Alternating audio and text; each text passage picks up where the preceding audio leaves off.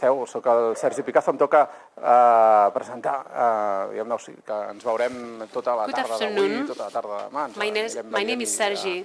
We'll be seeing each other today and tomorrow. I'm sure we'll end up becoming friends at the end of these 2 days. Welcome everyone. Welcome ja sabeu, 5ª edició to del this 5th edition of the Mobile Social Congress. Que està organitzat, com sabeu, per CETEM Catalunya. Organized by CETEM Catalunya. Jo dic que aquest és el Mobile Congress que m'agrada. I say that this is the Mobile Congress that I like, and we must defend the idea that it has not been, that our Mobile Congress has not been cancelled, and our Congress is the most... I a més el que proposa solucions, que no és només crítica. Jo treballo un mitjà, soc periodista, treballo un mitjà digital que es diu el crític.cat, i ahir publicàvem una notícia referent a la denúncia, que de fet es coneixerà també durant aquest Mobile Congress, contra multinacionals per l'ús de minerals i l'explotació infantil al sud que fan servir. I publicàvem, dèiem, que el 2017, segurament ara serà pitjor, cada segon es venien al món 54 telèfons mòbils. Cada segon, és una bogeria total. El canvi de smartphones, de telèfons intel·ligents, que cada cop són més obsolets de seguida, que cada cop se'ns esgoten més i necessitem comprar-ne, necessitem, entre moltes cometes, comprar-ne un de nou, sobretot a les societats riques occidentals, al final, això té conseqüències. Faster and faster. This has consequences, and we're often not aware of this. I think in these next 2 days we'll be seeing many of these consequences in the south as well as in the north in some cases, about the impact la telefonia mòbil o l'electrònica en general. Ens falta consciència. Això we need to be reivindico i m'agrada, more aware, to be more conscious of this. I've been a follower of the Mobile Social Congress. Perquè està molt bé, perquè posa de relleu la denúncia i a més em proposa solucions alternatives. A vegades pensem que no hi ha alternatives possibles. Aquest Mobile Social Congress es fan possible amb més d'una vintena d'organitzacions, tant locals com internacionals, i a més tenim també l'ajuda de moltes cooperatives de l'economia social i solidària que ens ofereixen les ajudes sobretot a la part tecnològica i respostes alternatives per construir sobirania tecnològica, que és una cosa que ens falta molt en aquest país, que tant parla de sobiranies. A la present edició parlarem de lluites compartides al si de la indústria electrònica, tant al Sud Global com al NORD, de sinergies, de diàleg i de punts en comú a una banda i l'altra. Explorarem sobretot aquest tipus de solucions que hi ha per una electrònica justa. És que és possible dir això, però jo crec que sí. Comencem, no m'enrotllo més, amb la primera exposició, que és de la presidenta de CETEM Catalunya, Elena Romagosa. Tu mateixa, aquí tens el telèfon mòbil, no? Gràcies, Sergi. Em col·loco aquí. Vale, no, és que tinc tot l'armament aquí. Vale. Bona tarda i moltíssimes gràcies, sobretot per vindre a una hora així complicada, a les 3:30. Com diu el Sergi, jo soc l'Helena Romagosa, tinc l'honor de presidir CETEM Catalunya. I bé, jo simplement us faré una visió global. Els que veu venir l'any passat al Mobile ja teniu aquesta visió, perquè de fet es va tractar tota la cadena de subministrament. Però bé, farem un repasset amb una eina que ara us presentaré. Només dir-vos... Sí. Us faig dues pinzellades de qui som CETEM, per si de cas no ens coneixeu o per situar-nos una mica. Endavant. El mobile és una de les nostres activitats, però de fet no és ni l'única i en tenim diverses, és de les importants, però en tenim diverses. Nosaltres som una associació, una ONG, nascuda aquí a Barcelona fa més de 50 anys, d'acord? Fa 2 anys ja vam fer l'aniversari. Treballem molt en xarxa, som membre de la Federació CETEM a tot l'estat espanyol, amb diferents regions. Sí que Catalunya és de les més actives i bé, som membres, aquí n'hem posat potser les més representatives o les més grans, però som membres de diferents xarxes, de diferents entitats de segon nivell, des de fa molts anys, i el treball en xarxa, de fet, forma part del nostre dia a dia. Bàsicament, no? No sé si tapo algú, no? També? Bàsicament, tenim aquests 3 objectius i com remarcava el Sergi i com farem aquí el mobile, aquesta consciència crítica sobre les desigualtats que entre tots estem generant i estem participant, fomentar alternatives, perquè al final també és important, no? És important criticar, però si després no dones alternatives o no els hi dones espai, doncs tampoc sembla que no avancem. I al final és generar aquesta mobilització, vull dir, amb tota aquesta consciència crítica que estem creant, generant, fomentar aquesta participació de tota la ciutadania, que al final és com podrem canviar les coses. Bàsicament tenim aquestes 4 línies d'actuació. Sí que és veritat que nosaltres, CETEM, és molt conegut pels camps de solidaritat, que cada estiu, cada any, enviem, des de fa 50 anys, enviem un grup de persones, ciutadans d'aquí a casa nostra, els enviem als països del sud, a diferents regions, a que tinguin una vivència directa amb organitzacions d'allà. I llavors això, al final, és dintre de tot un pla de formació, que és el que, al final, a poc, aquesta vivència en primera persona, el que va generant aquest canvi de consciència. Tenim les campanyes de denúncia, tenim un pla de formació i aquesta promoció d'alternatives, les que també hi participem activament. Com a campanyes de denúncia, per exemple, les més conegudes, la de Banca Armada, en què denunciem tota la indústria que hi ha darrere de les inversions dels bancs i de tota la indústria bancària, la campanya Robaneta, que està enxarxada a nivell europeu, amb tota la campanya europea, amb diferents entitats i des de fa més de 10 anys, i el mobile, per exemple, que és des de ja fa 5 anys que estem aquí creant aquest espai de reflexió i de debat, perquè és important, i per complementar una mica la presentació que ha fet el Sergi, és important que nosaltres, el nostre mobile, no ens definim com un anti-mobile World Congress, el mobile d'allà. Primer perquè no ens definim en la negació, perquè si tu parteixes d'una negació, al final no arribes enlloc. I si portem aquí 5 anys generant tot aquest espai i tota aquesta reflexió, és perquè estem fent les coses bé. Només un recull, us convido que entreu a la web de CETEM i que us feu una millor idea de totes les coses que fem i fins i tot de com podeu participar-hi si en teniu ganes. Bé, el que m'han encarregat a mi i una mica per el que us comentava és fer una vista general molt ràpida i molt senzilla al que seria el cicle de vida d'un smartphone. És veritat que aquí parlarem de les tecnologies, de la informació, de la comunicació, o sigui que això inclou diferents aparells, però sí que és veritat que el mobile, el mòbil, al final és el que centra el nostre discurs i el nostre interès. Tenim aquesta web que teniu a dalt, que és feta a la Universitat d'Oslo per aquests 2 companys, que evidentment no diré el nom perquè segur que el dic malament, i que sapigueu que és un recurs que els hi hem demanat, ens ha agradat molt, no sé si per aquí hi ha professors o gent que utilitzi recursos didàctics, perquè realment és una web senzilleta, però que és un bon primer pas i és molt visual, i és amb la que jo em basaré per fer aquesta petita explicació. Veieu la roda? Doncs començarem perquè hi ha 6 fases o s'han classificat, podem classificar 6 fases en el cicle de vida d'un mòbil. La primera, aquí les tenim, les 6 fases, el disseny, l'extracció dels recursos per fer cada peça que hi va dins, la fabricació és l'assemblatge, el transport, que també inclou el transport de les peces i el transport del producte final, l'ús que fem d'aquest producte i quan s'acaba la vida útil d'aquest producte. Fem un repasset ràpid.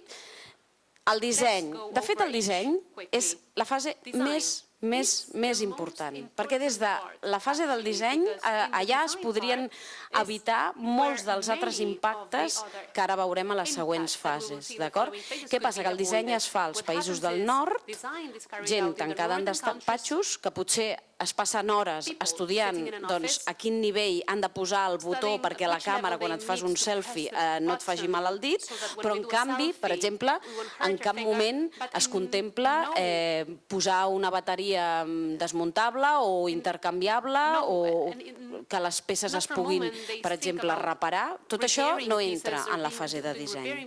Llavors, al final, aquí al mobile el que fem és generar una mica aquest espai i posar exemples de què passaria si aquestes petites coses, a l'hora d'imaginar-les, de pensar-les, es pensessin, canviessin, d'acord?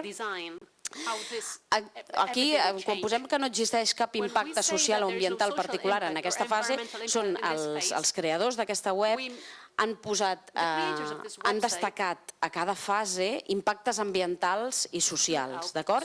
I és curiós que en tota la literatura que ells han pogut accedir, que a més val a dir que està molt ben documentada a la web, no han trobat cap impacte social o ambiental. Això no vol dir que no hi siguin, però és remarcable que a la fase de disseny, o sigui, no se li atribueix cap impacte social o ambiental. I al final, segurament, quan ara acabi, arribarem a la conclusió que tots els impactes socials i ambientals tindrien un grau diferent o potser desapareixerien si a la fase de disseny estiguessin contemplats.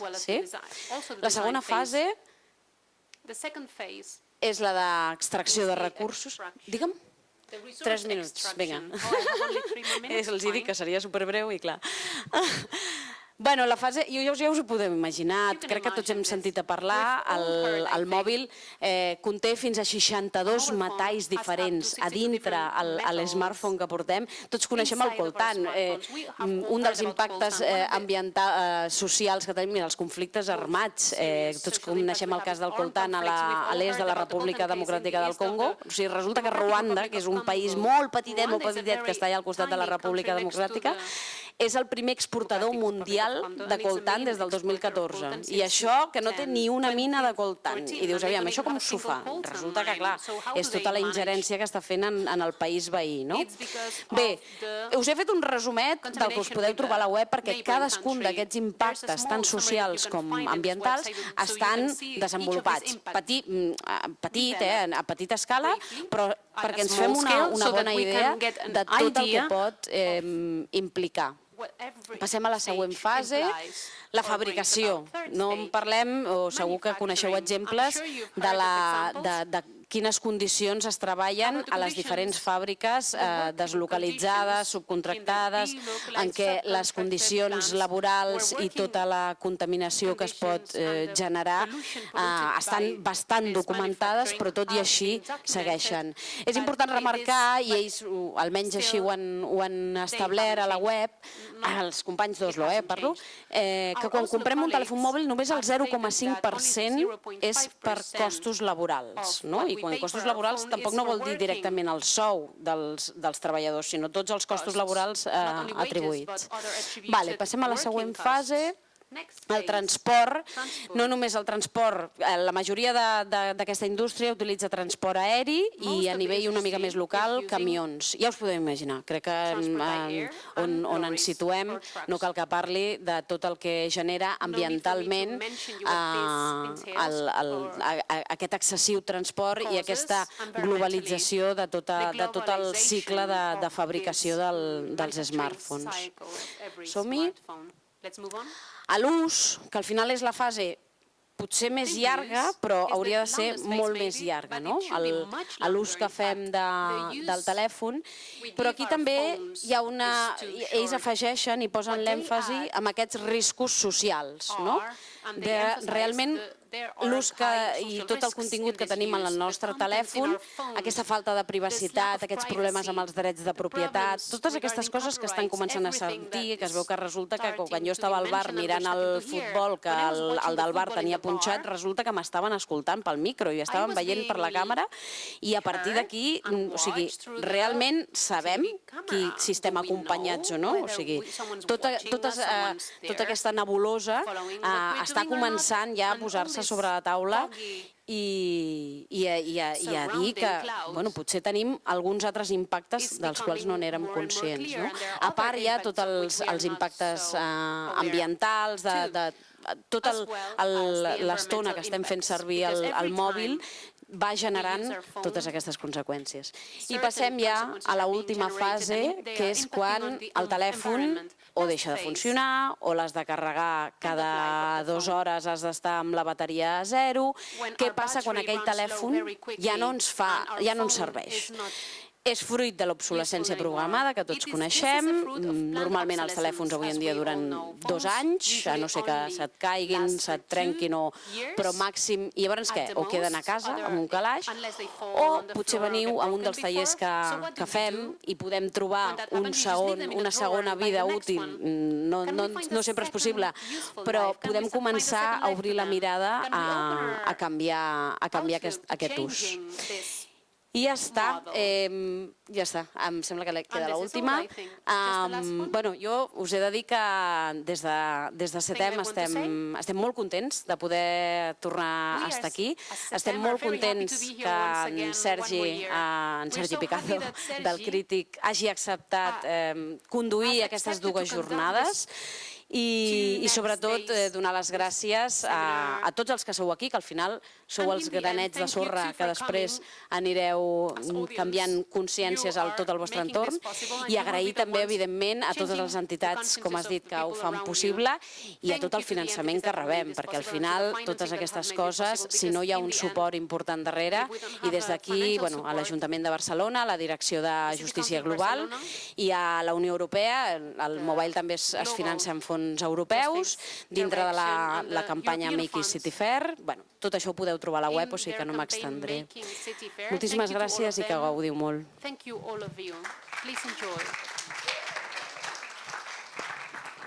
Doncs res, molt ràpid, abans d'entrar en matèria, dir-vos que això s'està fent en streaming, i per tant saludem a la gent que ens veu des de qualsevol punt del món, o al canal de YouTube de CETEM Catalunya, que també podeu fer comentaris, crítiques, propostes, suggeriments a les xarxes socials amb el hashtag Mobile Social Congress 2020, que és superllarg, i per tant així tindreu poc espai per dir coses, però també teniu un altre hashtag més curtet, que és MSC 2020, i tota la informació del Congrés i altres iniciatives, crec que està a mobilesocialcongress.cat, la pàgina web. Simplement, per anar ràpid, de recordar-vos que en paral·lel a les xerrades que es faran aquí, avui hi ha dos, com li diem, tallers. D'una banda, de 5 a 6 tenim l'Urban Mining, coordinat per Solidança, on se'ns convida a desmuntar els aparells electrònics obsolets, els aparells mòbils obsolets, i veure què hi ha dins. Serà curiós.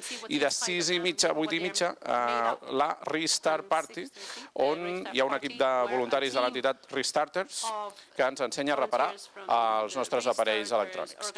Comencem amb la primera taula del Congrés. És una taula sobre desigualtats de gènere en el sector de l'electrònica. Parla, la modera la Mònica Vargas, i participen la Isabela Sukits, jo me la jugo amb els noms, la Nesh Manjunat i la Núria Vergés. Comencem ja podeu pujar. Tenim fins 5:45.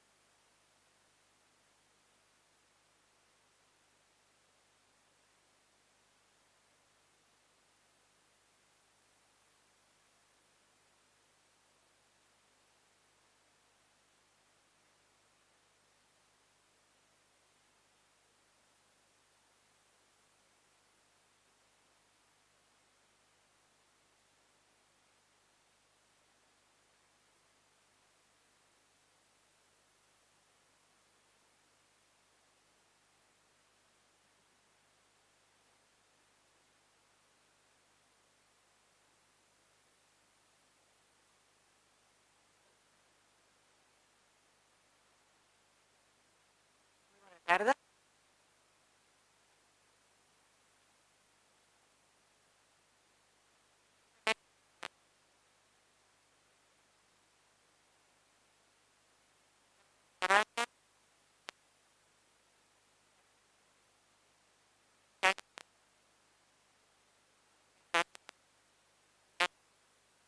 Del móvil.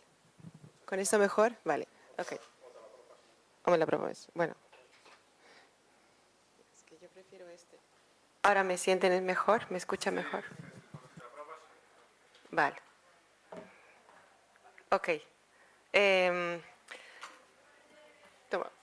Nada, les decía que sí, pues que es un privilegio poder estar en este espacio. Quizás recordar que la industria de los celulares, de los móviles, es realmente como bastante nefasta desde el punto de vista de los derechos de los pueblos, de los derechos sociales y ambientales, y creo que este es un excelente espacio para recordarnos, ¿no? Desde esa mirada hacia el Sud Global. Este impacto no solamente es importante en términos de la cadena productiva, pero sino también en términos de la irresponsabilidad de las empresas transnacionales que se están enriqueciendo, ¿no? A partir de la producción, comercialización de los teléfonos móviles. Quizá recordar que el año pasado se ha dado el primer juicio, bueno, comienza Samsung en Francia a partir de la ley francesa por la violación de derechos humanos, derechos laborales, ¿no? En China, Vietnam y Corea. Entonces estamos comenzando quizás a revertir ese proceso de impunidad con el cual están actuando las empresas transnacionales en esta industria electrónica, ¿no? Sin embargo, tenemos que seguir. Este panel es muy importante, yo creo, porque precisamente enfoca a una de las poblaciones más vulnerables del punto de vista de los derechos laborales y sociales en la industria electrónica, es las mujeres, ¿no? Entonces, tenemos aquí el privilegio de tener a Isabela Sud. Bueno, Sergi, creo que lo he hecho mejor que tú. Sudkids, Isabela Sudkids, que va a intervenir por video, a Anish Manjunat a mi lado y Nuria Vergés. Y nuestro objetivo va a ser mostrar las condiciones de trabajo, las condiciones laborales en las minas en Bolivia, en mi país, ¿no?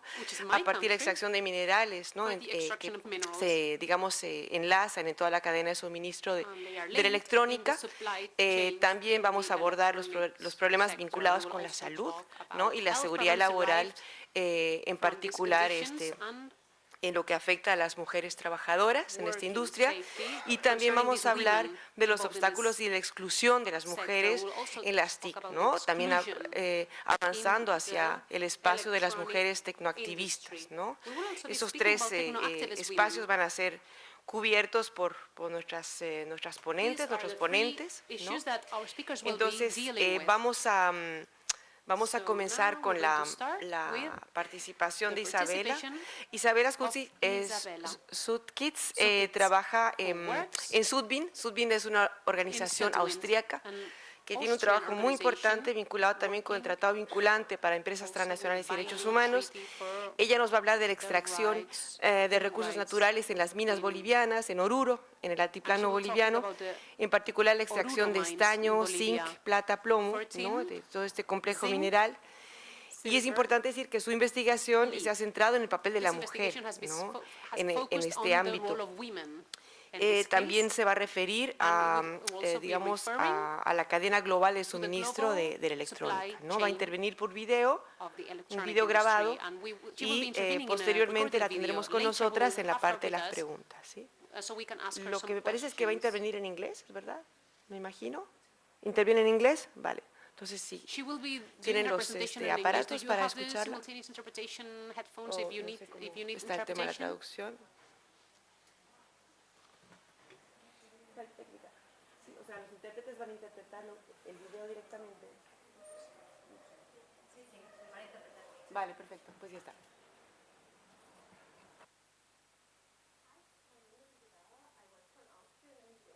Called Sudvind, and we work in educational work and campaigning, and specifically in the electronics industry. This is why I was invited here today to talk about our No ens arriba el so a cabina, perdoneu.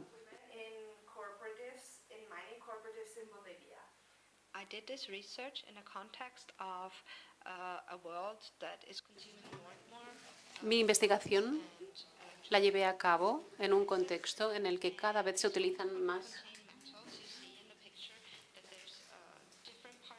dispositius electrònics. Aquí veiem els diferents parts que composen un telèfon mòbil, els diferents metalls. Aquests recursos s'extrauen al Sud Global sovint. El juny passat vaig viatjar a Bolívia i vaig estar amb la gent que treballa a les mines.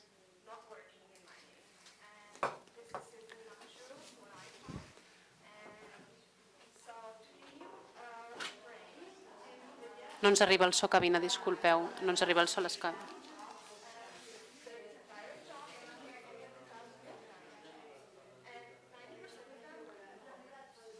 El 90% d'aquestes dones treballen en cooperatives. A Bolívia,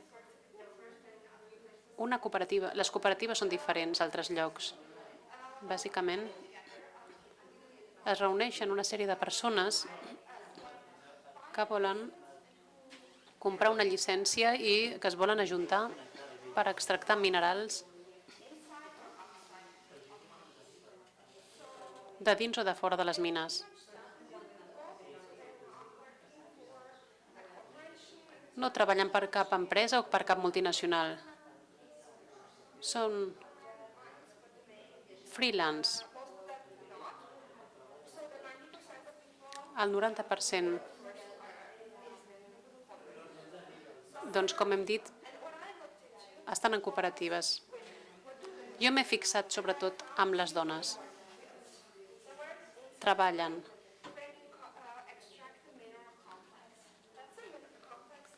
en les mines on extrauen plom, plata i zinc. I les que treballen a fora de les mines treuen estany o el complex mineral també. Aquests serien els dos camps principals de treball o les dues zones on treballen aquestes dones. És diferent que l'extracció d'or, per exemple, en altres zones de Bolívia.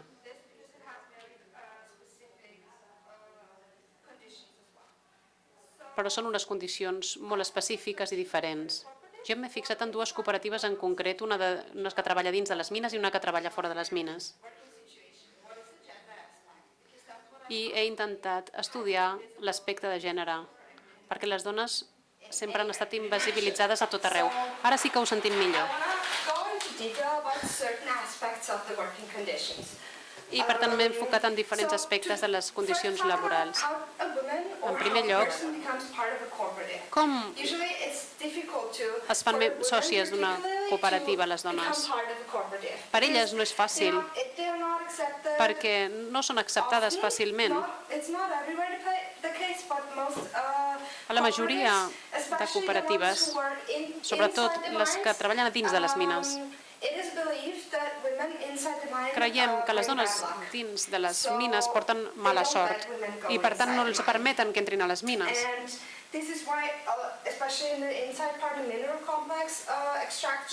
I en l'extracció de complexes minerals se'ls fa especialment difícil a les dones entrar en una cooperativa.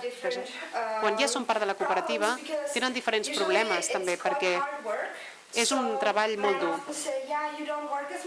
I els homes de vegades els diuen tu no estàs treballant tant com jo i per tant no t'han de pagar tant. I he vist casos on treballaven igual que els homes, encara que físicament no estiguin igual de preparades que ells. Tornem a tenir un so dolent.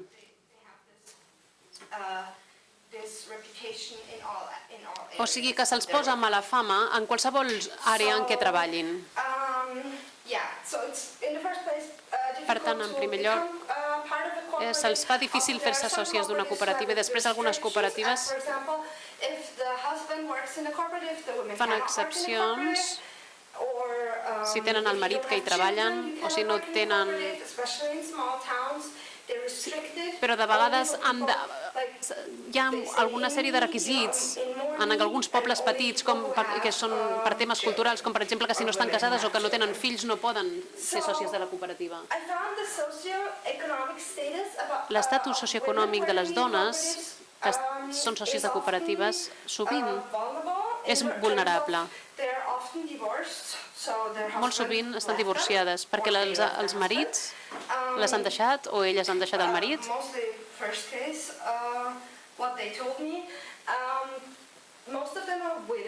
La majoria d'elles són vídues.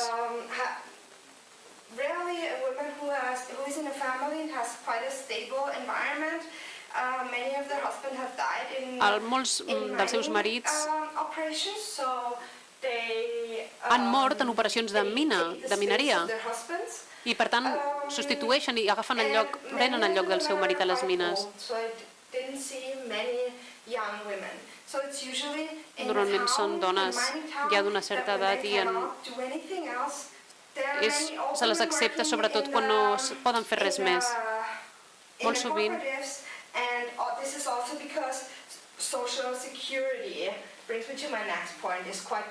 la seguretat social no és fàcil d'obtenir per elles. Segons el que em van dir, les dones no existeix, o bàsicament no existeix la seguretat social, paguen una assegurança a vegades o a vegades no, i quan no tenen l'assegurança coberta, i això depèn de les diferents situacions, de si tenen documentació laboral o no, també és una càrrega financera que algunes de les cooperatives no tenen capacitat per pagar-la. Sovint paguen per tenir accés a la salut, però no hi poden accedir perquè no oficialment no han rebut un document oficial, se'ls dedueix la quantitat del sou, però després no tenen accés real a la sanitat. I quan he parlat amb algunes d'aquelles dones que sí tenien cobertura sanitària, quan anaven al metge, la qualitat dels serveis assistencials era molt dolenta i potser les enviaven cap a casa sense haver rebut una assistència mèdica adequada. I això és degut a diferents motius. Un exemple seria que el metge els digués que estaven malament de salut per les activitats mineres i al cap i a la fi no els govern no els interessa. Un altre problema és la pensió. Hi ha molta gent gran que treballa a les cooperatives i no hi ha un bon sistema de pensions. Reben una pensió molt baixa, han de pagar i contribuir a la seguretat social durant molts anys per poder optar a una pensió, però l'esperança de vida i les condicions sanitàries del país són molt dolentes i l'esperança de vida és molt baixa. Hi ha molta gent que reben pensions anticipades, especialment aquelles dones que ja no poden seguir treballant. They can still work in a cooperative and provide for their families because it's often big families, and I met many women who told me, yeah, I have 4 kids, I have 5 kids, 7 kids, una mare, per exemple, que té 4 o 5 fills que se n'ha d'encarregar i amb els diners de la pensió, que surt a uns 16 euros al mes, amb això no n'hi ha prou per cobrir i satisfer les necessitats de la família i això els obliga a seguir treballant tot i rebre una pensió. Voldria entrar a explicar informació sobre les dues cooperatives i explicar com funcionen en la indústria extractivista. Aquí veuen una fotografia i en aquesta imatge veiem que no hi ha maquinària, que no es fa servir maquinària, sinó que les construccions, els estris, són bastant rudimentaris, amb ampolles de plàstic i altres objectes, i així és com extreuen els minerals, compren material i d'allà en treuen l'estany, i és un procés que s'ha de repetir fins a 5 vegades i es triga diverses setmanes o mesos en obtenir un mineral pur que es pugui vendre, i com que triguen tant en obtenir els minerals d'aquesta quantitat, els ingressos que reben són molt baixos, perquè només se'ls paga cada 3 mesos. La problemàtica rau en el fet que han d'extreure materials dels quals després extreuen l'estany, però si el material no conté estany, això no ho saben abans, o només una petita quantitat d'estany, doncs llavors es queden sense poder vendre res, o una quantitat molt baixa. Poden estar 4 mesos en el procés d'extreure l'estany i després no en poden vendre, perquè elles només reben el sou si venen material, i si es posen malaltes i han de quedar-se a casa, doncs tampoc reben cap ingrés. Jo he vist dones treballant tot i estar malaltes, i tot i estar molt malament anaven a treballar cada dia, i és una feina que és físicament molt intensa, i m'han dit que no tenien una altra alternativa perquè és que si no, no podrien alimentar els fills. Aquest és el procés excepcional. Aquí veiem l'entrada a una mina, així és com entren a les mines, extreuen els materials a la mina, treuen els materials fora, com veuen en aquesta altra imatge, en sacs, i un cop fora de la mina concentren el material fins a obtenir el mineral pur, i després el venen segons la qualitat de la puresa del mineral. Si és molt pur, reben una quantitat X de diners, i si és de qualitat inferior, reben menys diners. Treballen, doncs, dins les mines. La cooperativa tenia un contracte amb un intermediari. Normalment hi ha intermediaris, venen els minerals a intermediaris, llavors la cooperativa té un contracte amb un intermediari que ho ven, i és molt poc transparent la manera en què es venen els minerals. Tenen un contracte mitjançant el qual han de vendre una quantitat determinada d'estany, i sovint l'intermediari, qui els compra els materials, és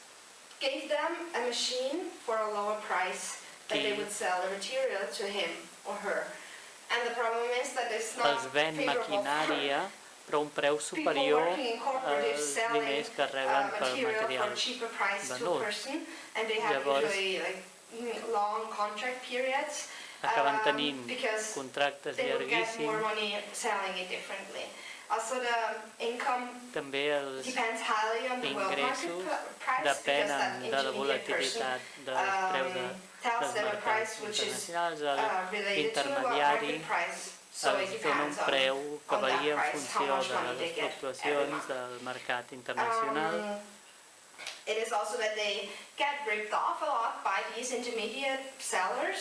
ha també aquests compradors intermediaris que els enganyen, els diuen els porten 500.000 quilos, i l'intermediari els dirà no, aquí no hi ha 500.000, sinó que hi ha 400.000. I l'intermediari diu, bueno,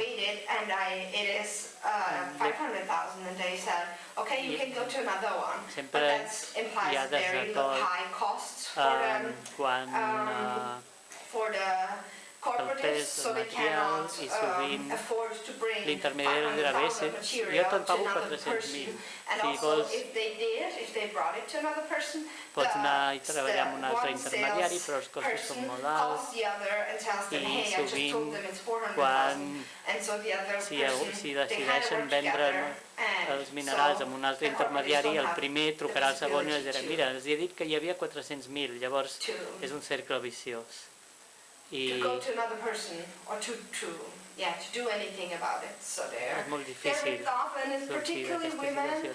Les dones sovint també són analfabetes i estimen tot sovint i acaben rebent un preu molt inferior al preu pactat inicialment. A les cooperatives, tant dins com fora, de les mines no hi ha mesures de seguretat. A l'interior de les mines fan servir cascos de protecció, però no tenen màscares, no hi ha sistemes de refrigeració. Dins de les mines estan perforant, fent servir maquinària i inhalen tota la pols i això els provoca una silicosi que és una malaltia pulmonar per inhalació de pols i és una malaltia incurable que no marxa mai. Hi ha molts miners, especialment dins de les mines, que pateixen aquesta malaltia i fora de les mines, com veiem, tampoc fan servir guants, no tenen cap mesura de protecció, treballen fent servir productes químics i no porten màscares, amb la qual cosa inhalen. Els químics treballen amb plom i el plom traspassa la barrera cutània. Sovint m'han dit que pateixen de mal de cap per culpa dels productes químics i també depèn molt de la climatologia. Estem parlant de mines que estan a una alçada de 4.000 metres sobre el nivell del mar, no tenen ombra, treballen al sol, a l'hivern fa molt de fred i s'hi passen tot el dia treballant. De 6 a 7 dies a la setmana, potser agafen un dia o mig dia de lliures, però molts treballen tota la setmana, del matí a la nit, fins a 10 hores o més al dia. I especialment les dones que treballen a l'exterior de les mines, com veuen en aquesta imatge, quan estan en el procés de rentar el material i van acumular material, han de dormir allà perquè no els hi roben el material, amb la qual cosa dormen a la intempèrie perquè tenen por que algú, si marxen, els robi el material que han extret. I això suposaria, si perdessin el mineral, supondria una pèrdua de 2 a 3 mesos de sou. Amb això crec que he cobert molts dels aspectes. Hi ha un altre aspecte addicional que és el de la violència.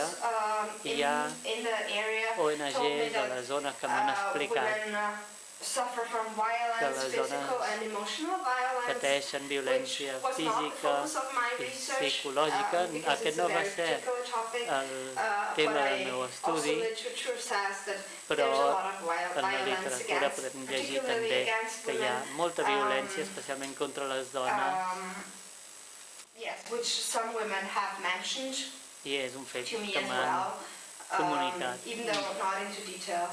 bastantes dones, tot i que no conec molts detalls, sí que hi ha moltes dones que pateixen problemes de violència. Un altre aspecte són els impactes o les conseqüències mediambientals de l'activitat minera. No entraré en detalls, però fent investigació vaig veure, si veiem aquesta imatge, veiem que la terra està contaminada i és aquest també el motiu pel qual alternatives for work no hi ha alternatives com a font d'ingressos perquè en moltes d'aquestes zones no es pot practicar l'agricultura, l'aigua està contaminada i la terra també. I això vaig veure que els nivells de contaminació eren altíssims i molta de la gent que treballa en les cooperatives deien que no treballaven per voluntat pròpia sinó per necessitat. Em deien, treballo aquí perquè ho he de fer, no és una feina que hagi escollit i és que no hi ha alternatives. Una feina. Si tenen qualsevol pregunta, no dubtin en preguntar-me i espero que gaudeixin d'aquestes jornades. Gràcies i adeu.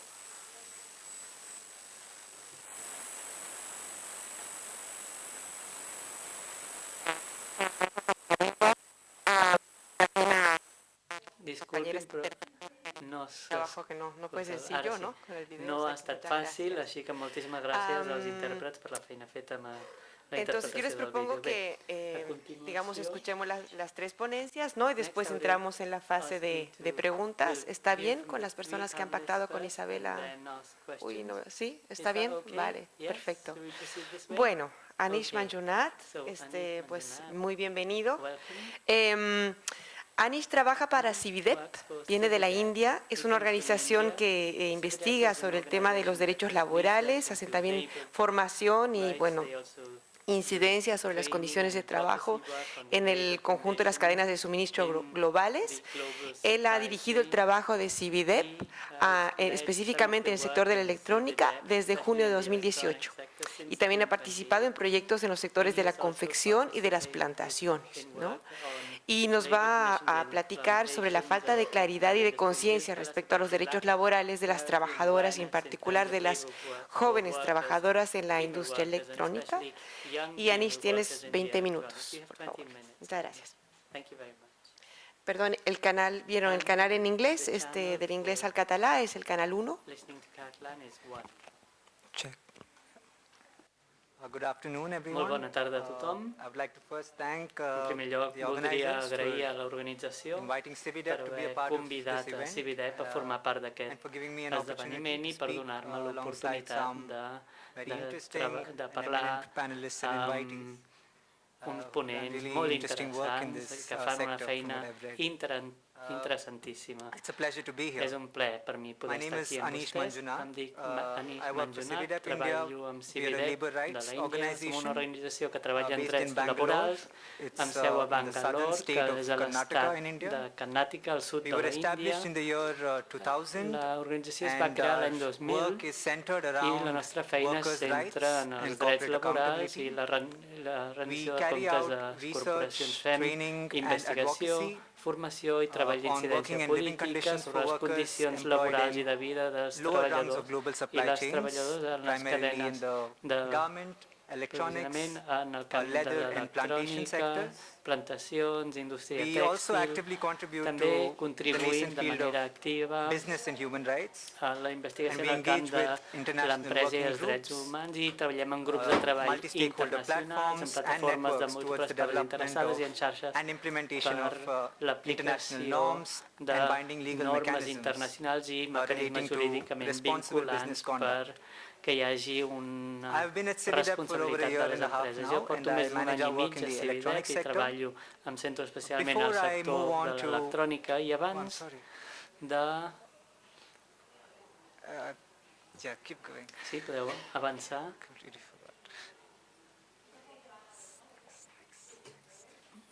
Més endavant.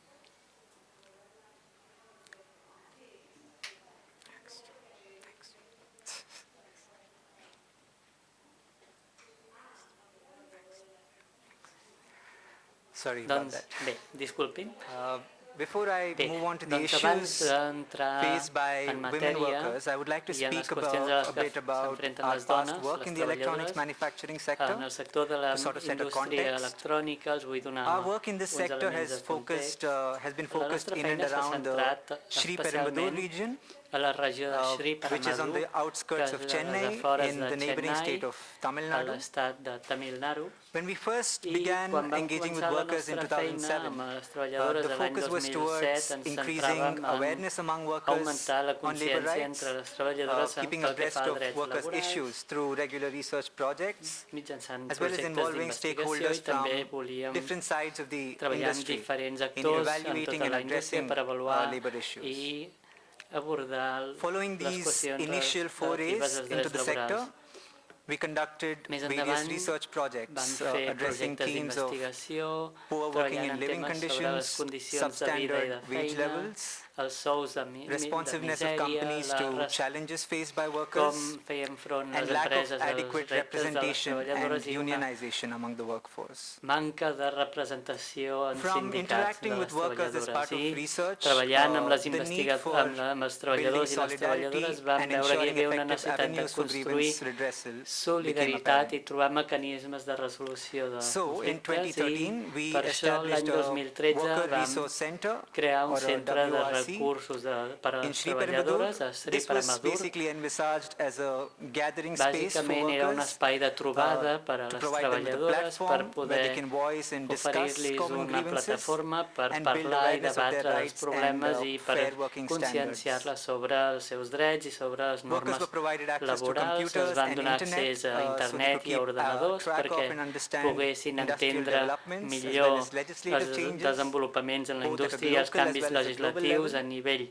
local i a nivell The global. WRC also presented Aquest us an centre opportunity to també ens conduct donava regular l'oportunitat study de circles over fer weekends for estudis small groups of workers, amb grups de along with larger treballadores, training juntament amb workshops formacions with external per resource més persons and persones, amb experts. experts i persones Some of the externes. topics covered during Alguns our dels training temes que programs vam include cobrir gender en equality and formació sexual era harassment, igualtat de gènere i relevant assetjament labor laws and sexual, workers' rights, legislació laboral, occupational health and safety, la salut the importance of en collective la bargaining, feina, as well as access els to convenis legal aid. col·lectius i l'accés a In 2016, assessorament we jurídic. L'any relocated our 2016 WRC to the vam nearby town of traslladar Sungguvachatyam aquest centre it's a difficult un for you, all of you, poble no in order to massa reach lluny out to a d'allà wider range of workers per poder from arribar different a factories. més treballadores que Given that a treballaven en significant diferents number of workers reside fàbriques. in, Hi ha I'll call it SV Chatram, moltes treballadores que the treballen move enabled a les expansion of fàbriques CIVIDEP's network of i contacts, vam ampliar along with també la increased xarxa de visibility contactes i and vam donar una awareness of major our activities visibilitat among workers in the a region. les nostres activitats entre les Another reason treballadores for de la regió. this move was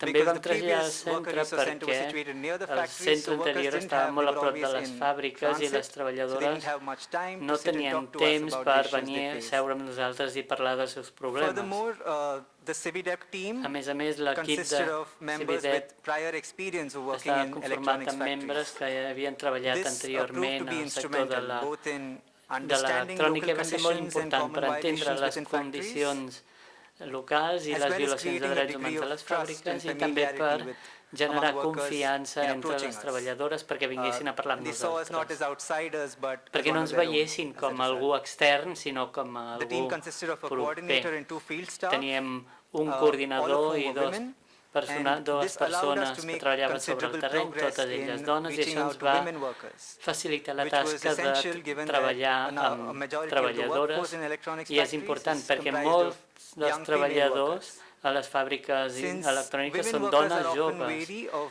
Les individually treballadores approaching the sovint management with tenen grievances, dubtes strategy de has been to plantejar els seus emphasize problemes the i per tant la importance nostra and potential estratègia of va ser collective la bargaining. de focalitzar la nostra feina to en speak up on, els convenis col·lectius i collectively donar-los and raise confiança issues of per common, poder parlar concern, dels temes i de without mencionar fear els of seus problemes persecution or sense backlash. tenir por de In addition to these, represàlies we per widened part de our l'empresa. outreach activities in the També last vam fer few years, hem ampliat conducting awareness les nostres campaigns activitats, and hem fet training campanyes programs de in nearby conscienciació i villages, centres de i and cursos in de the town of formació Kanchipuram, al poble de where a large number of Kanchipuram, workers commute from. d'on venen moltes de les So this was treballadores de les aimed fàbriques, specifically i at reaching out to l'objectiu women era workers again. poder, un cop més, obrir-nos a treballadores, dones que per qüestions familiars o restriccions imposades per la societat no podien venir al centre. Hem fet esforços també per treballar i enfortir les nostres relacions amb sindicats i altres organitzacions de treballadores. Hem fet reunions de conscienciació també amb sindicats sobre els desenvolupaments de la indústria i sobre la importància que té ampliar la participació de les dones entre els sindicats. Els sindicats a l'Índia tendeixen a operar d'una manera molt patriarcal i amb estructures dominades pels homes. Doncs, atès aquesta situació era molt important, també hem col·laborat amb institucions i amb hospitals locals per poder fer proves mèdiques. Això era la feina que fèiem més aviat en el passat. En l'actualitat hi ha més de 300.000 treballadores que viuen a la regió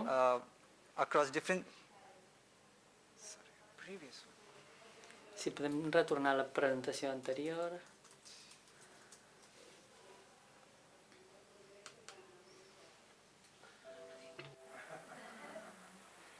Okay, you can go back to the last slide you were showing. That's fine. Yeah, thanks. Today, over 300,000 workers reside in the Sriperampur region across different sectors, and over 100,000 of them work in electronics factories. 100.000 d'elles treballen en fàbriques de la indústria electrònica i voldria ara parlar de les dificultats que tenen les treballadores i les implicacions que tenen especialment per a les dones treballadores i dispensin si aquesta presentació PowerPoint tan bàsica.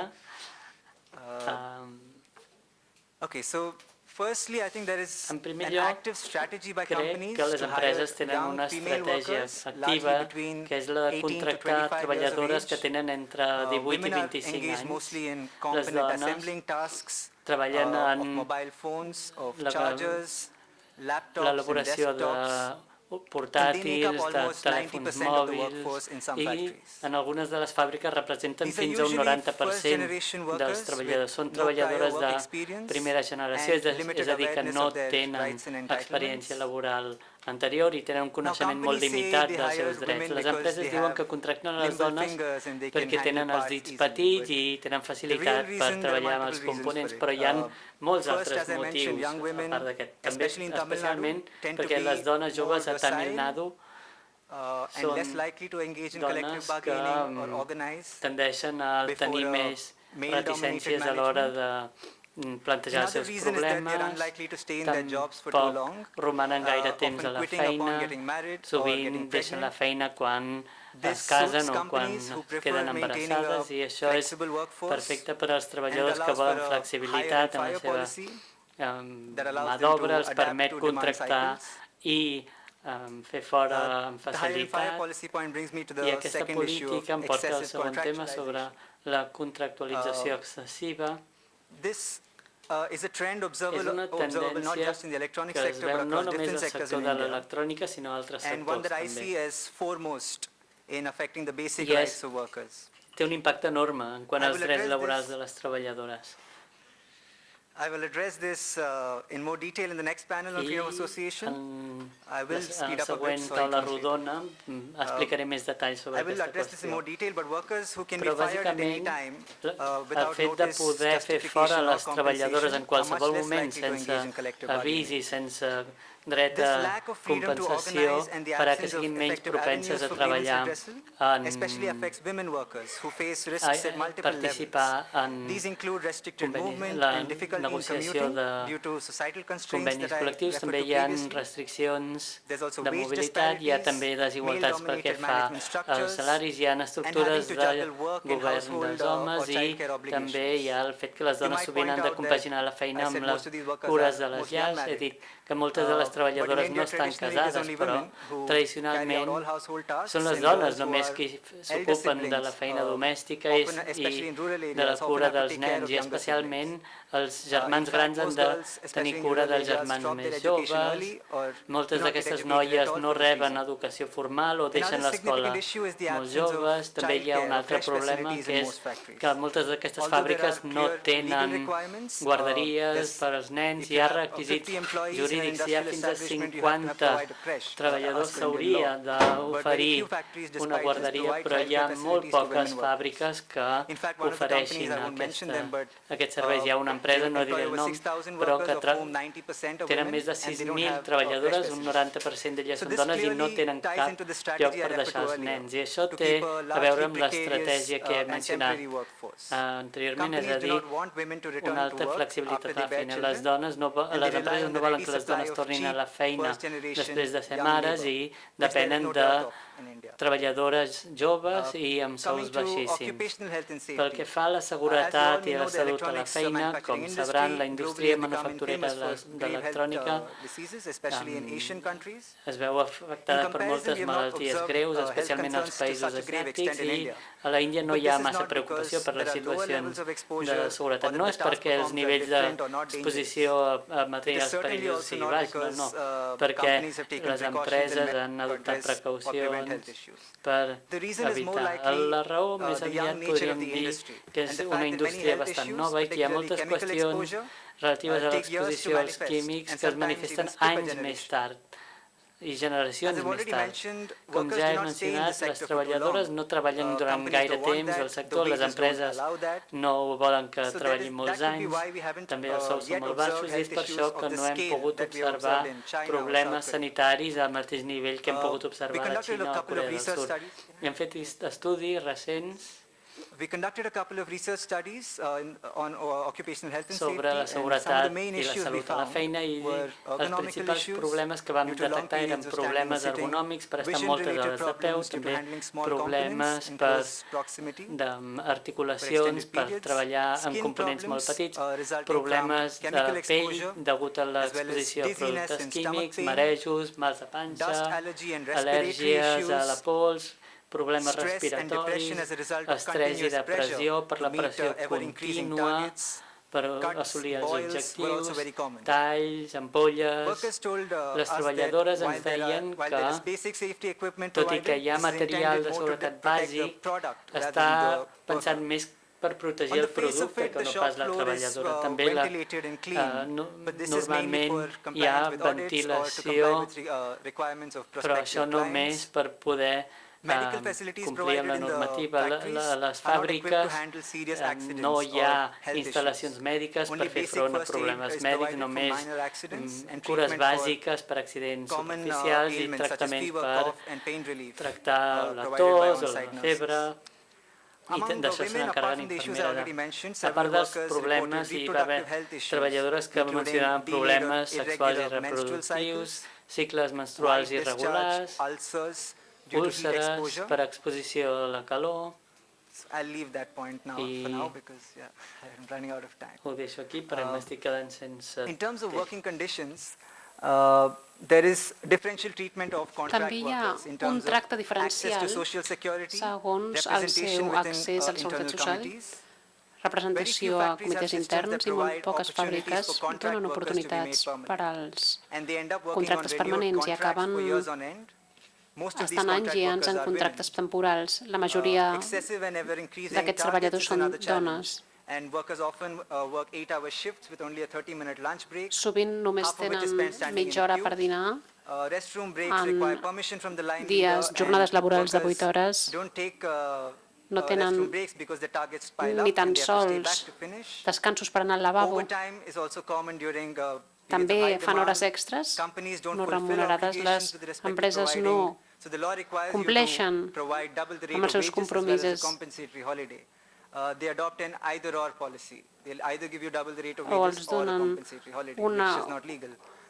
no segueixen la llei, o els donen unes vacances compensatòries o els donen doble paga, no els donen totes dues.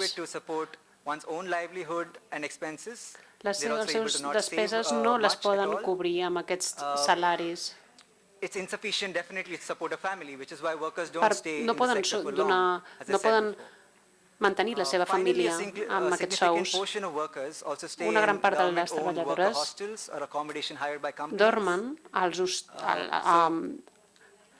uns dormitoris facilitats per les empreses. Les condicions de vida són pèssimes, amb poca higiene, una alimentació precària i unes habitacions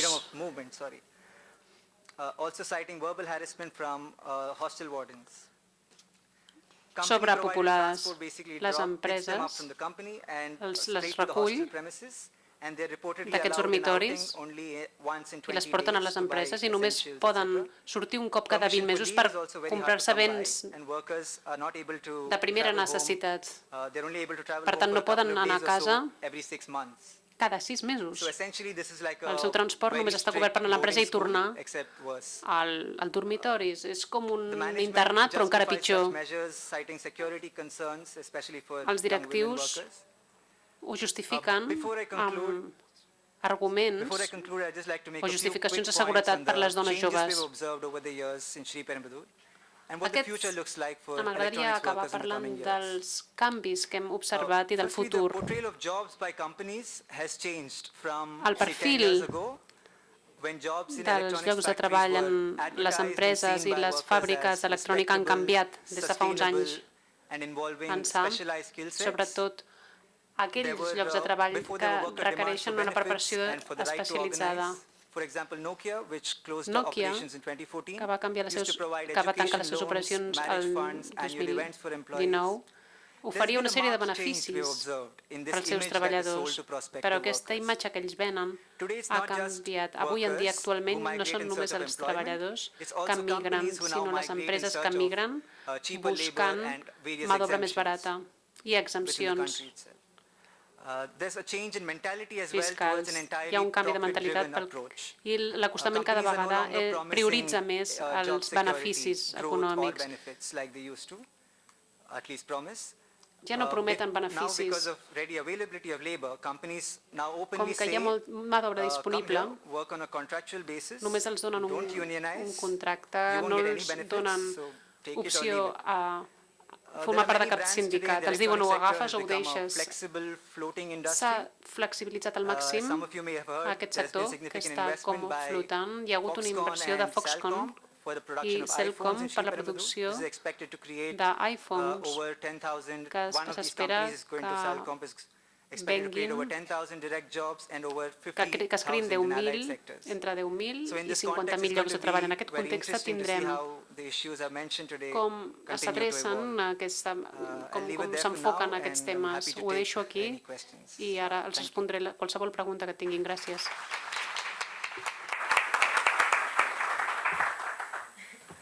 Muchísimas gracias, Anish. No se preocupen porque en la parte de preguntas también podrán completar, ¿no? Con cosas que no han podido apuntar en su ponencia. Ahora vamos a escuchar a Núria Vergés. Estamos pasando a otro espacio. Hemos pasado por la dimensión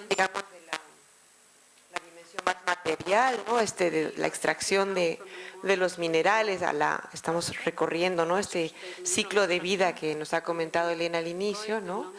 Y ahora vamos a tener un enfoque más desde el punto de vista de ese desarrollo de la electrónica, supuesta neutralidad, desde una mirada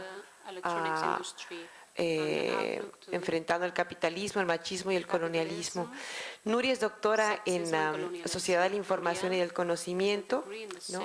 Y sus líneas de trabajo o de actividad se han precisamente articulado con eso, ¿no? Con la intersección entre la sociedad y la tecnología, los estudios de género y la familia, y también la aplicación de las TIC, ¿no? En la investigación, y también es cofundadora y miembro activo de Donestec.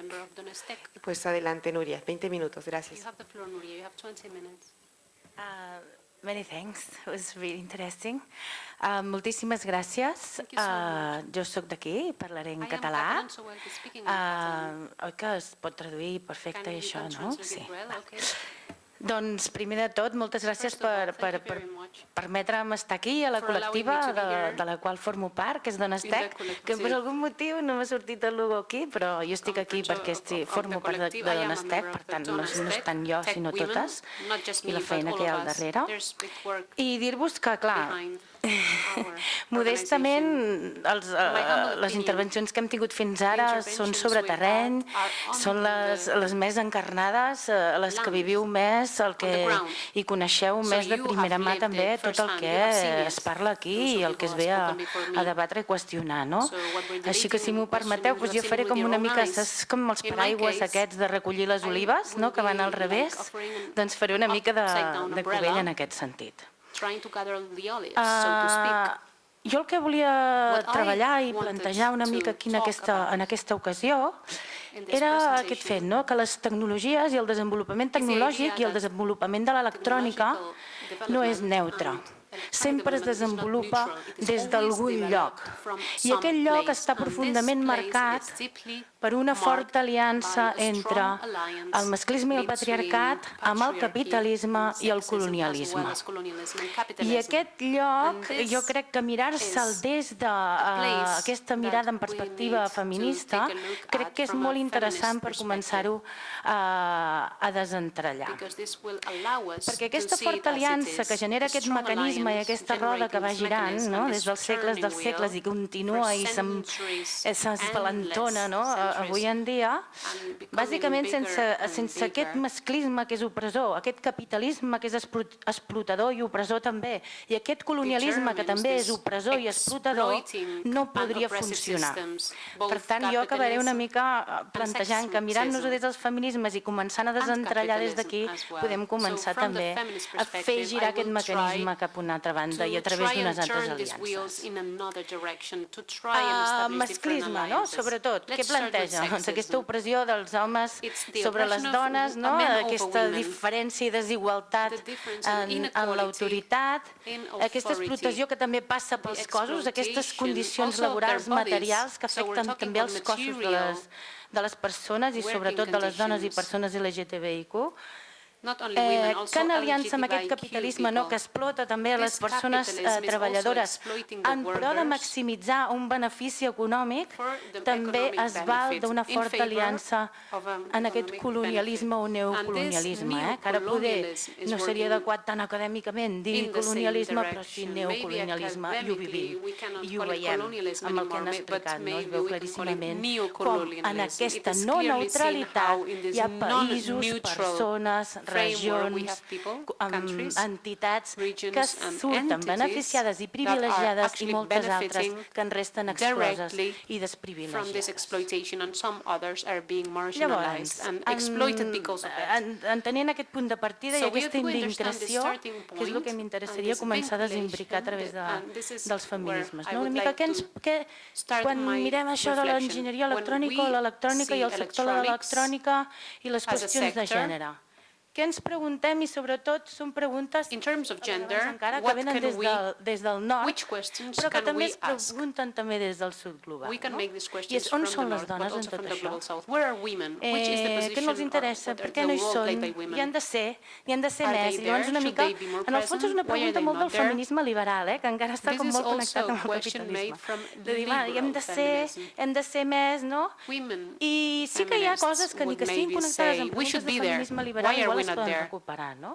Perquè es plantegen aquesta qüestió de ser més també en posicions de lideratge també pel que dèiem abans, de poder tenir capacitat de participar en el disseny, que és el que potser també ens pot donar l'oportunitat de dissenyar d'una altra manera, de dissenyar per unes altres coses, que és el que mirem més cap al final. Llavors, tots els esforços des dels feminismes s'han tendit a concentrar en això, no? En les escoles, que les noies intentin triar carreres tecnològiques, que s'apuntin a l'enginyeria electrònica, que estudin enginyeria electrònica i acabin treballant en l'electrònica. I això també s'està plantejant també des del Sud Global. Treballar en l'electrònica, per què? Perquè sí és. But if they end up working in this system as it is, with this discrimination, where you'll always end up helping someone else, having an internship, and you'll permanently be discriminated, and you'll be facing and suffering this harassment permanently, then why participate in this design? Because we'll end up being stuck anyway. So all these questions lead us to wonder in which conditions we can participate, yes, but in which conditions. So what is this history? What are these questions that we are making in the NORD? All of these questions, or many of these questions, some of them heartbreaking. We just heard the conditions of production of these materials.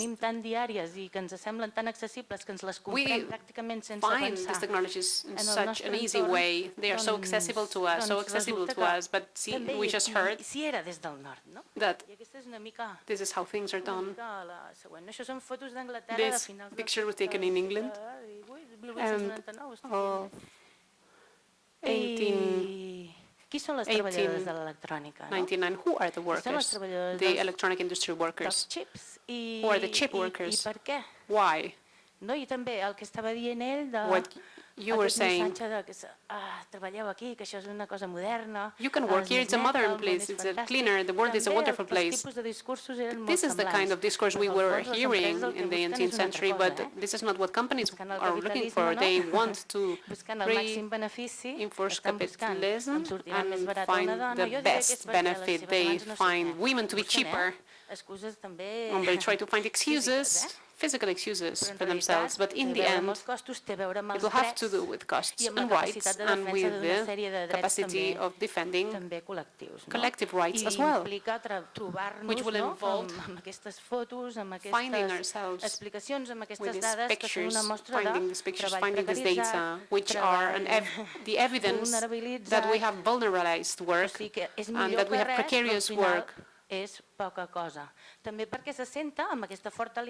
Because it's based on an alliance between patriarchy and capitalism. The reproductive work carried out by women traditionally has not been valued, has not been recognized. So this is presented as better than nothing, but it's still invisibilized and belittled and not well paid, and it retrofits one another. This new colonial alliance says, okay, these women have obtained certain rights now, we cannot pay such low wages, so what do we do now? We do neocolonialism strategies. We do it somewhere else, in a different country. So history repeats itself, and it will keep on repeating itself. It wouldn't stop it. So we should be able to spot and identify these different sororities existing among us. We are not so far away from that. We have many common fights. It's just a question of degrees. And women are more vulnerabilized in other countries than we are, that's for sure. What I believe is interesting, that's worth mentioning, is to ask those questions all over again, from the start. Which are the challenges that we have in front of this triple alliance, sexism, colonialism, capitalism, but also we need to ask which are the opportunities. Otherwise, if we only speak in negative terms, we will be depressed, paralyzed, left without rights. Then where is the smile left? We need to have a fight. We need to be able to smile and still keep the will to keep on fighting. So we need to end up on a positive note. So let's end up speaking about challenges and opportunities. Let's not forget history. We've been there. As workers, is this not the same? It is the same. We've been there too. And our experience is also worth mentioning. Once these jobs become a bit more prestigious, because job in electronics means someone has been qualified.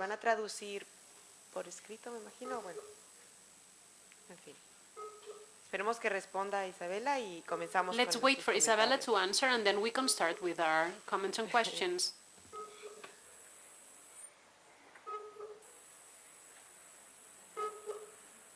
¿Puedo aprovechar para añadir una frase? ¿Perdón? Aprovechar para añadir una frase. ¿Para qué? Bueno, es que no contesta. Vale. Bueno, igual vamos con el público. Bueno, miren. Vale, Isabela, can you hear us? Hello? Yes, I can hear you. Welcome, Isabela. I don't know if you see us. Benvinguda, Isabella. Ens veus a nosaltres? Saw you on the live stream. Yes, I see you. I'm Sí. going to speak with the audio. Ara sí. Watching No. you because I cannot see you through Skype. Okay, but we are here. Estem aquí, encara que no ens vegis. Thanks, Isabella. Just to tell you, we are going to Ara comencem. ask to the audience to Amb les have preguntes, 6 interventions, intervencions and then the 3 of you are going to públic. En answer tindrem or 6. make I the els last 3 comments, and podeu and we'll finish contestar in o 20 fer minutes. ¿Vale? els últims comentaris i acabem amb 20 minuts, d'acord? Bueno, pues recojamos esas Okay, 6 let's start preguntas, then. comentarios. Let's start Aquí hay with the personas 6 que realmente interventions. saben mucho de estos temas. We have Entonces, people who realmente know a les lot invito about these things. So I invite Hay you to un micrófono que va a participate. There's a intervenir. mic Muchas gracias. for your intervention, so thank you very much for using that. No se lanza nadie. Yo tengo una batería de preguntas, o sea que... I have my own Pero list me of gustaría questions, escucharles a but I ustedes would también. rather hear yours. Vale, pues mientras van haciendo, While you start thinking about yo this, quisiera I would preguntar like en primer to lugar ask a firstly Isabela, ¿quién le está to traduciendo? Isabella, who's interpreting? Si me hablan en español yo entiendo. Ah, perfecto, En fantástico. catalán, pero en español sí. Pues ya está, gracias Okay, Isabela. you are understanding my Spanish. Vale, gracias Isabela. Bueno, pues Thanks, Isabella. Isabela, quería saber cuáles son I las... just wanted Yo to entiendo ask que las you, cooperativas de las que has hablado cooperatives son you cooperativas que mentioned finalmente are acaban vendiendo cooperatives mediante intermediarios a empresas which y que esas sell empresas son también these empresas minerals transnacionales. to companies, Entonces quería transnational saber companies si tú through tenías intermediaries. I nombres guess, de empresas do you have the transnacionales names of these transnational que están companies that vinculadas are con esas cooperativas sobre las que has working with these sobre las que cooperatives has that you were hablado, mentioning? ¿no? Names of the Quería actual preguntar names of a actual Anish, multinationals. That's a question for Isabella. For ¿cómo es la Anish, legislación I would like laboral y ambiental en la India? to ask El what problema is... es Sorry, que no. there's a problem with the mic. I'm sorry, tell her there's a problem with the mic. Can you tell her to use the other mic?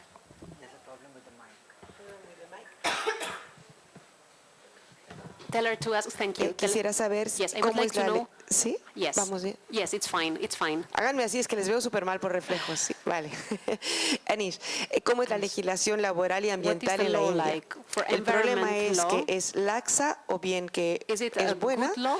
pero que no se está And respetando. the labor law. ¿Cuál es el precio Is de it la a mano good de law? obra Or is it good law? Is it not en respected? las fábricas de Or las is it a cuales bad, estabas hablando? insufficient law? For ¿Hay the trabajo companies infantil? you're mentioning, Y do we si have puedes child dar labor? algún nombre de alguna Can you give empresa. a Parece name que of no a has dado company nombres de empresas, solo Nokia, working pero in these conditions? You only a ver, mentioned lo que Nokia, but puedas. maybe if you can you mention Y yo others? sigo, porque, bueno, And I will y go on. Nuria, no sé si Nuria, podrías desarrollar could you please develop estas experiencias de mujeres about the tecnoactivistas. techno-activist experience.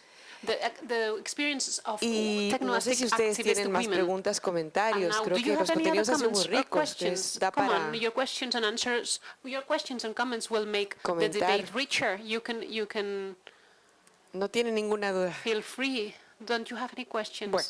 Okay. Entonces, de momento vamos a dejar a los we will compañeros let our colleagues answer responder.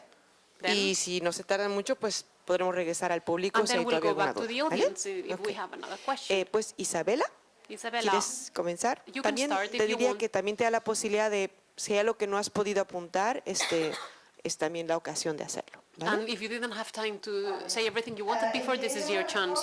En español. Would you like me to do it in Spanish or English? Bueno, lo que tú prefieras. Whatever you Entiendo que hay prefer. traducción del We inglés have al catalán. Y si hablas en from castellano, English la into gente te va a Catalan, entender or if you speak in y van a Spanish, traducir a Nisha al inglés. O sea que está We bien. will have interpretation from Nisha into English. Sí, entonces, Okay, ¿empiezo yo? I will start then. Yes, you can start. Sí, gracias. Sí. Yes, thank you. Okay. Bueno, la pregunta era si había unas compañías transnacionales. Lo que tratamos de hacer ahí, fuimos por un mes y tratamos porque somos un grupo, y tratamos de entender un poco más de dónde vienen los recursos y a dónde van los recursos. Y trabajamos en las cooperativas. Entonces, lo que más nos dijeron es vendemos a un comercializante y no sabemos qué después pasa.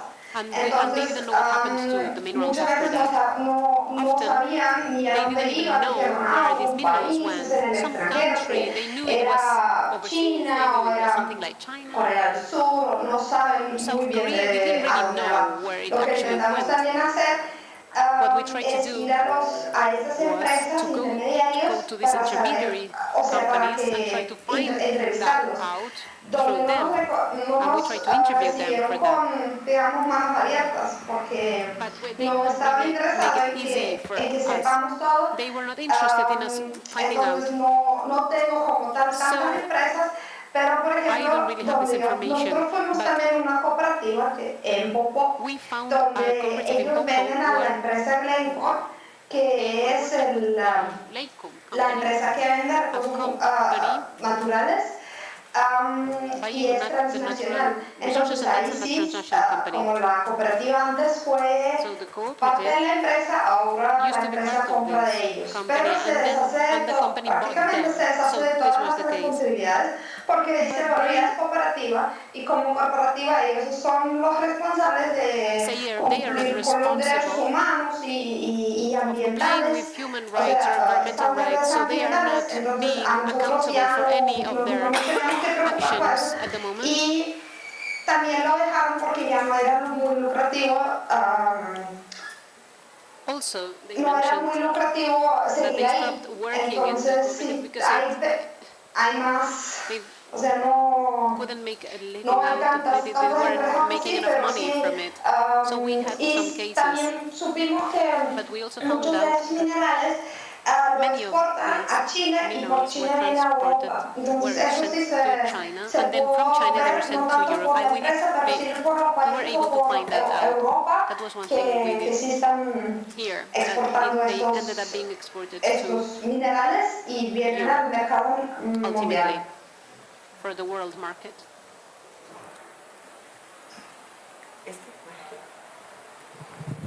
Muchas gracias, Isabela.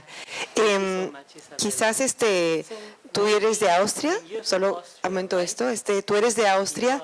¿Qué responsabilidad del Estado austriaco o de la Unión Europea tú detectas en el estudio que has hecho y que impacta a las mujeres mineras bolivianas? Buena pregunta. Pues la responsabilidad de Austria es, o sea, no es tan, yo no estoy tan involucrada en la política, así que no puedo darle o sea, estamos también, estamos trabajando en esta área, pero no tanto pero hay unas regulaciones en la Unión Europea donde dicen que no pueden importar, por ejemplo, ciertos recursos, pero lo que pasa es realmente lo que afecta a las mujeres en Bolivia, que donde yo fui a hacer mi investigación, no he conocido un área donde está haciendo algo el gobierno, ni el austriaco ni el europeo, o sea, ni la Unión Europea o algo así. Muchas gracias, Isabela. Bueno, vamos a dar la palabra a Anish.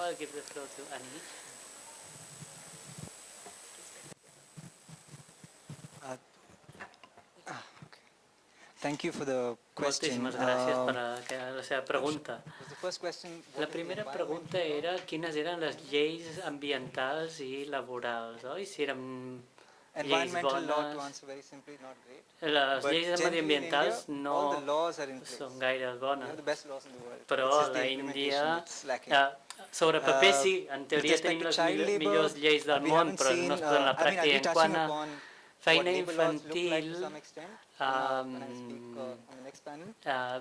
la següent presentació podré respondre a la seva pregunta sobre la legislació laboral. Pel que fa a la feina infantil, depèn de com es defineixi. En el sector de l'electrònica normalment són persones majors d'edat que hi treballen, amb la qual no hi ha feina treball infantil, però hi ha alguns estats que han rebaixat l'edat legal de treballar fins als 16 anys, i en parlaré a la següent presentació, però en altres sectors, per exemple el sector tèxtil,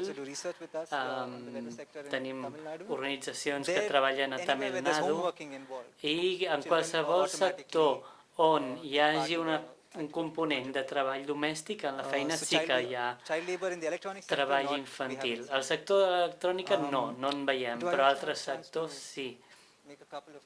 Puc aclarar un parell de conceptes?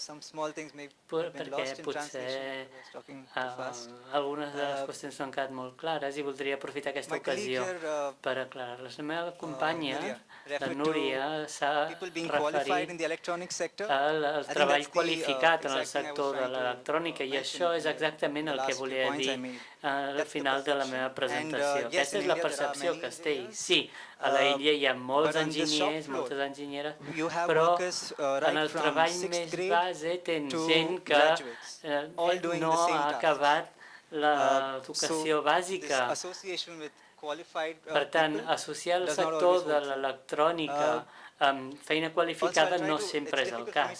Per mi també és difícil donar una resposta breu a aquesta pregunta, però de la teva presentació, que ha estat molt interessant, jo també vaig anar a la universitat i tinc unes certes opinions sobre el feminisme. Quan vaig acabar la universitat vaig veure que és un camp molt difícil alhora. El que falta, jo diria, en el discurs feminista a l'Índia és que no s'aborden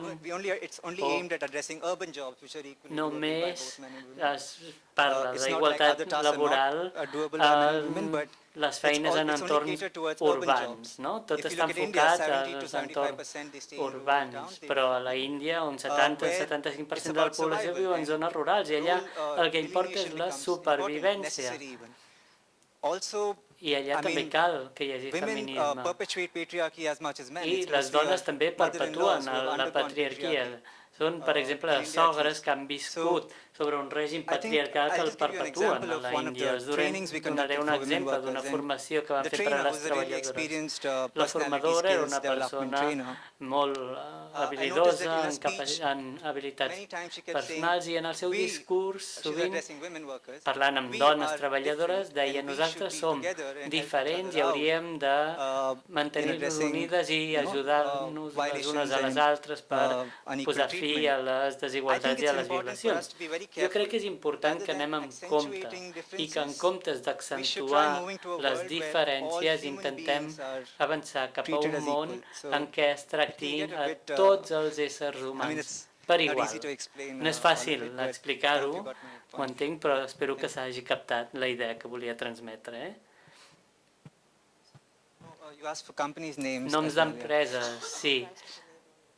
I els preus de la mà d'obra en euros, quin és el preu mínim per hora? A l'Índia el sou mínim és de 18.000 rúpies. Ara no sé en euros quan seria, però la realitat és que paguen entre 7.000 i 12.000 rúpies, és a dir, molt per sota del sou mínim. I si això es compara amb el sou mínim aquí a Europa, als Estats Units, és calderilla, no és res. També voldria dir que no he mencionat Nokia com en un context negatiu. Només dic que Nokia solia fer coses que ara ja no fa en matèria de drets laborals. No vull donar noms d'empreses, però sí que podria mencionar noms genèrics d'empreses. Les principals empreses que treballen a la regió és Foxconn, Flextronics, Dell, Salcom, Samsung, són empreses que treballen a la regió, però no assenyalaré cap empresa en concret. Bueno, merci. Thank you. Thank you so much. A veure, primer contestaré aquesta pregunta una mica. Clar, a veure, les dones, els homes, les feministes fins i tot, totes són masclistes. La ideologia, la socialització en la que estem és masclista, és capitalista. O sigui, el tema és l'engranatge en el que estem i estem totes ficades, és aquest. El nostre també. I després, els feminismes també són diversos. N'hi ha algunes, per exemple, feministes liberals, que algunes blanques aconsegueixin estar al lloc de l'home blanc heterosexual, capaç, etc., ja en tenen prou. Però hi ha molts feminismes que no en tenen prou amb això i estan volent més. Per això, clar, l'engranatge en el que estem ficades és una aliança profunda que funciona com a engranatge d'explotació. D'explotació masclista, capitalista i colonialista. Jo el que proposava és una aliança entre decolonialismes, feminismes i socialismes, per tant, hi ha alguns feminismes ja queden fora, perquè el que fa funcionar aquest altre engranatge és l'alliberament, la voluntat d'alliberar-se, no la voluntat d'explotar i oprimir.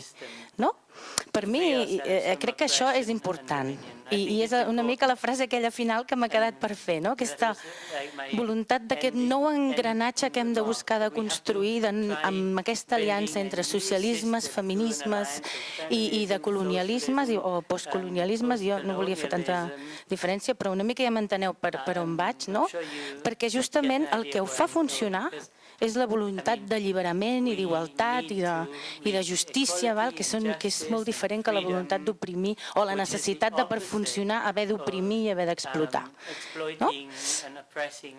Llavors, com que em preguntaves una mica, i crec que estem bastant...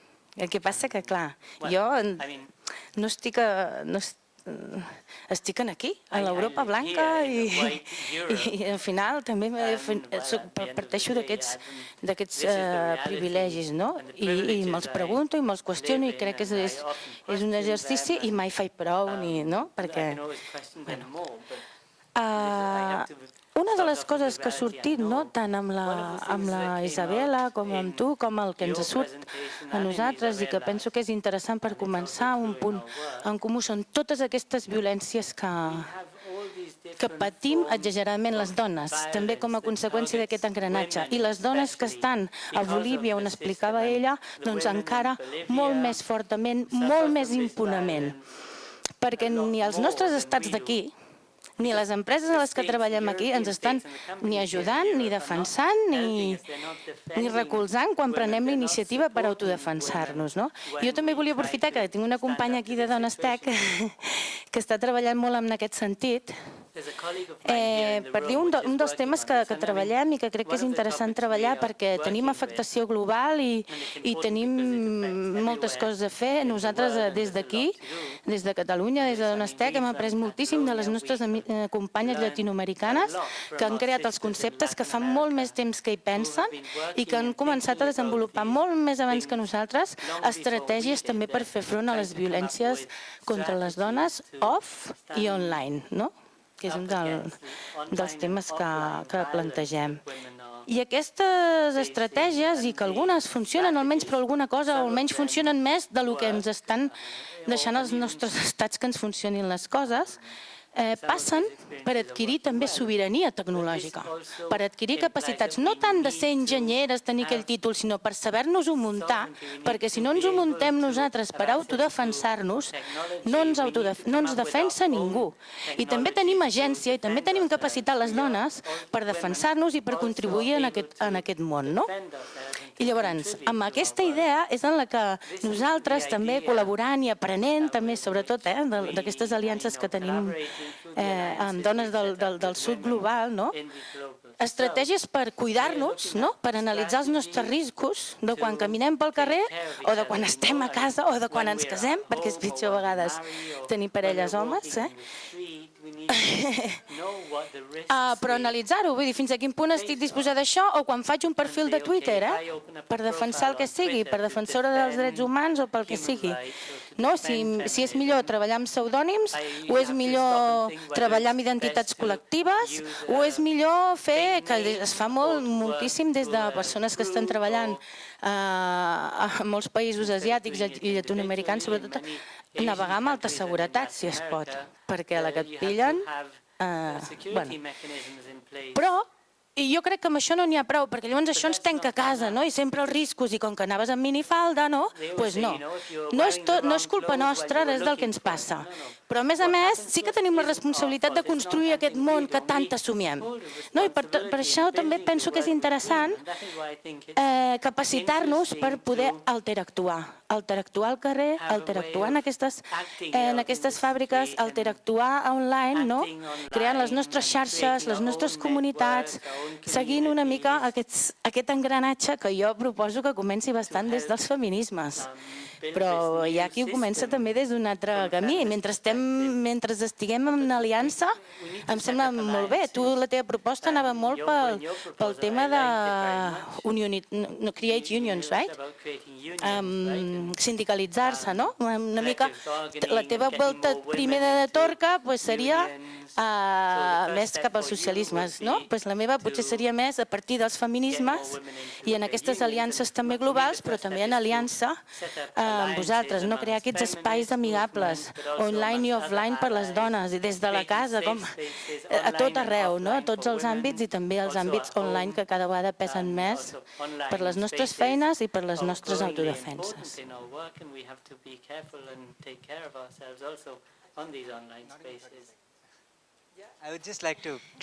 Simplement voldria dir que estic d'acord amb tot el que has dit.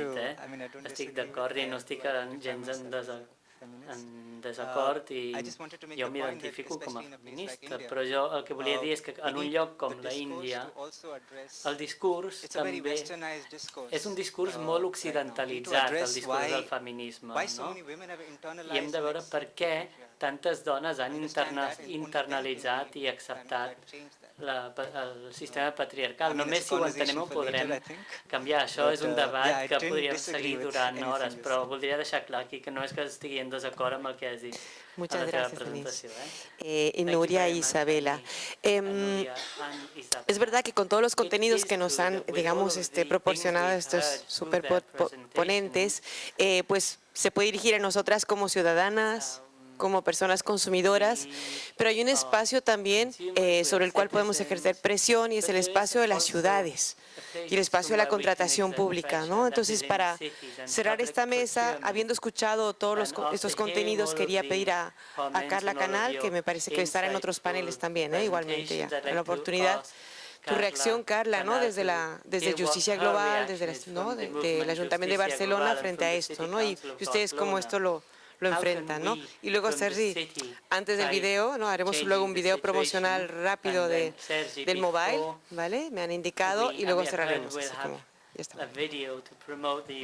Sí, molt breument, perquè demà tindrem un espai per parlar de compra pública específicament, però sí que ens hem quedat una mica també amb les ganes de fer aquest lligam entre les administracions públiques, per suposat, no haurien de comprar mai productes que vulneren els drets humans i s'haurien també de sumar a les espatlles la contaminació i el CO2 que es fa als països de producció, que això també és una cosa que no es fa encara a Europa. Però parlant de drets humans, també el que ens hem trobat amb temes també de cooperació internacional és que una mica com ella, treballant amb altres països ens adonàvem que hi havia molts problemes que estaven interlligats amb responsabilitats nostres, també potser en un mateix país amb el que estàvem treballant conjuntament per un tema, resulta que hi havia altres empreses que compraven coses que hi feien mal, llavors seguim tant aprenent i veient o donant suport a tema de defensors de drets humans ambientals, a tema de defensors de drets humans sindicals a diversos països, i per l'altra banda és tota la part de coherència política, és a dir, la compra pública responsable ha de treballar per tal que no estiguem contribuint a fer mal al planeta, a fer mal a les persones, o sigui, hem de ser coherents, no podem ser tan hipòcrites de dir, destinem el 0,7% del PIB a fer cooperació internacional, però després compro una cosa i me la suda com estigui feta, no? Perquè més ho sabem, i si no ho sabem és que no ho volem saber, però se sap, es pot saber. I si no, en tot cas, s'hauria de poder saber. O sigui, la transparència en la cadena de subministrament, a mi m'ha semblat molt interessant el que ha dit la Isabela, de la poca transparència que hi ha, que fins i tot, o sigui, quin desempoderament o quina alineació en el treball, que tu estàs fent uns materials i no saps ni on van ni qui els compra. Llavors tu tampoc pots fer pressió des del comprador perquè es respectin els drets humans. O sigui que el que és més important treballar és per transparència de la cadena de subministrament i perquè es respectin les condicions laborals, ambientals, socials, l'impacte a la comunitat, les contaminacions a l'aigua, etc. Molt en concret, també en parlarem una mica, però a través de la compra pública, com a mínim, s'ha d'intentar no treballar amb empreses o productes que estan vulnerant i es pot fer. No és l'únic instrument que tenim, no és només la compra pública, però és un instrument que segur que hem de fer que funcioni millor. I a part, tots els altres instruments i totes les altres polítiques també hem d'anar amb aquesta mateixa via. Bueno, pues vamos a cerrar. Me parece que, Sergi, ¿tú vas a presentar el video o no? Vale. Entonces, ahora vamos a proyectar el video promocional del mobile. Muchísimas gracias, Isabela, por tu presencia. Te esperamos en Barcelona otra vez. Muchas gracias por invitarme y feliz día a todos. Igualmente. Mientras se va instalando el video, las personas que les interese la vida de las mujeres mineras, un libro excelente, Si me permiten hablar, de Domitila Chungara, minera boliviana, realmente se los recomiendo, si me permiten hablar. Bueno, pues creo que el compañero aquí pondrá el video. Sí, gracias. Ara no em puc fotre amb Home, em vaig al carrer. I la nena ja deu dormir. Encara queden 158 paquets de buit. 谁知道这芯片是什么材料做的，我又想足了。我想处死我，哪怕2分钟也好么的好。Do you know how the electronics industry is affecting you?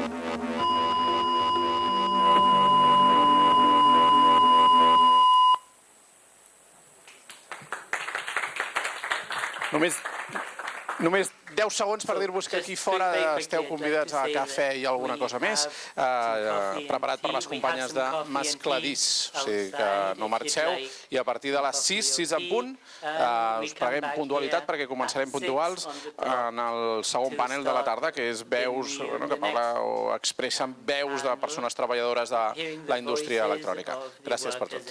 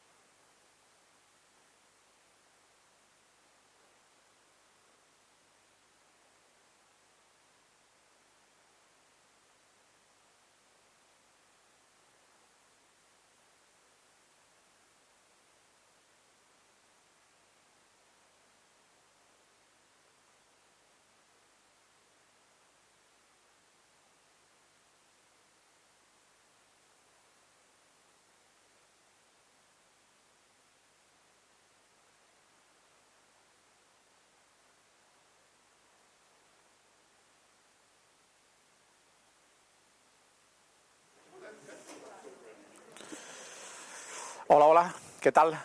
Tornem, i ara és l'hora del segon panel de la tarda, que es tractarà o versarà sobre veus de persones treballadores de la indústria electrònica. Comencem, per això els he fet baixar una mica, un moment només a les primeres files, perquè comencem amb un fragment d'un curt documental, serà només 4 minuts, un documental que es titula The Voice of Workers, la veu dels treballadors, i és un curt que bàsicament és això, explica veu de treballadores i treballadors que estan explotats per les grans multinacionals del tèxtil i l'electrònica, veus del Sud en lluita pels seus drets laborals. El veiem i comencem de seguida al segon panel.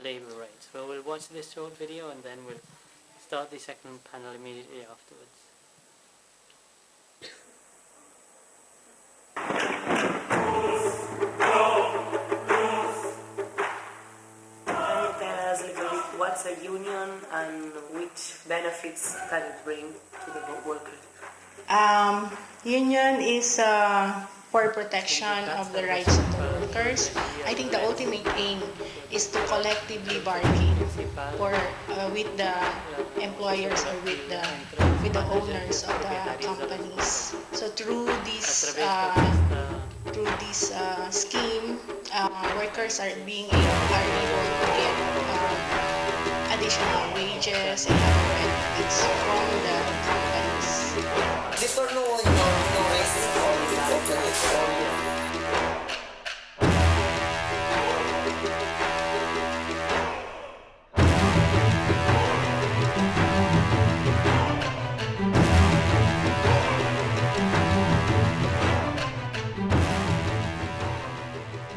I'm working at MUB's Company Incorporated. We're doing Samsung lens. Some companies are also producing for H&M, and Taylor, there's Gap, there's Adidas, Zara, Ralph Lauren. But you know for which brand of phones? Samsung, LG. I would like to tell that Filipino people are not stupid. This is our own country, so don't act like this is your country. This is Philippines!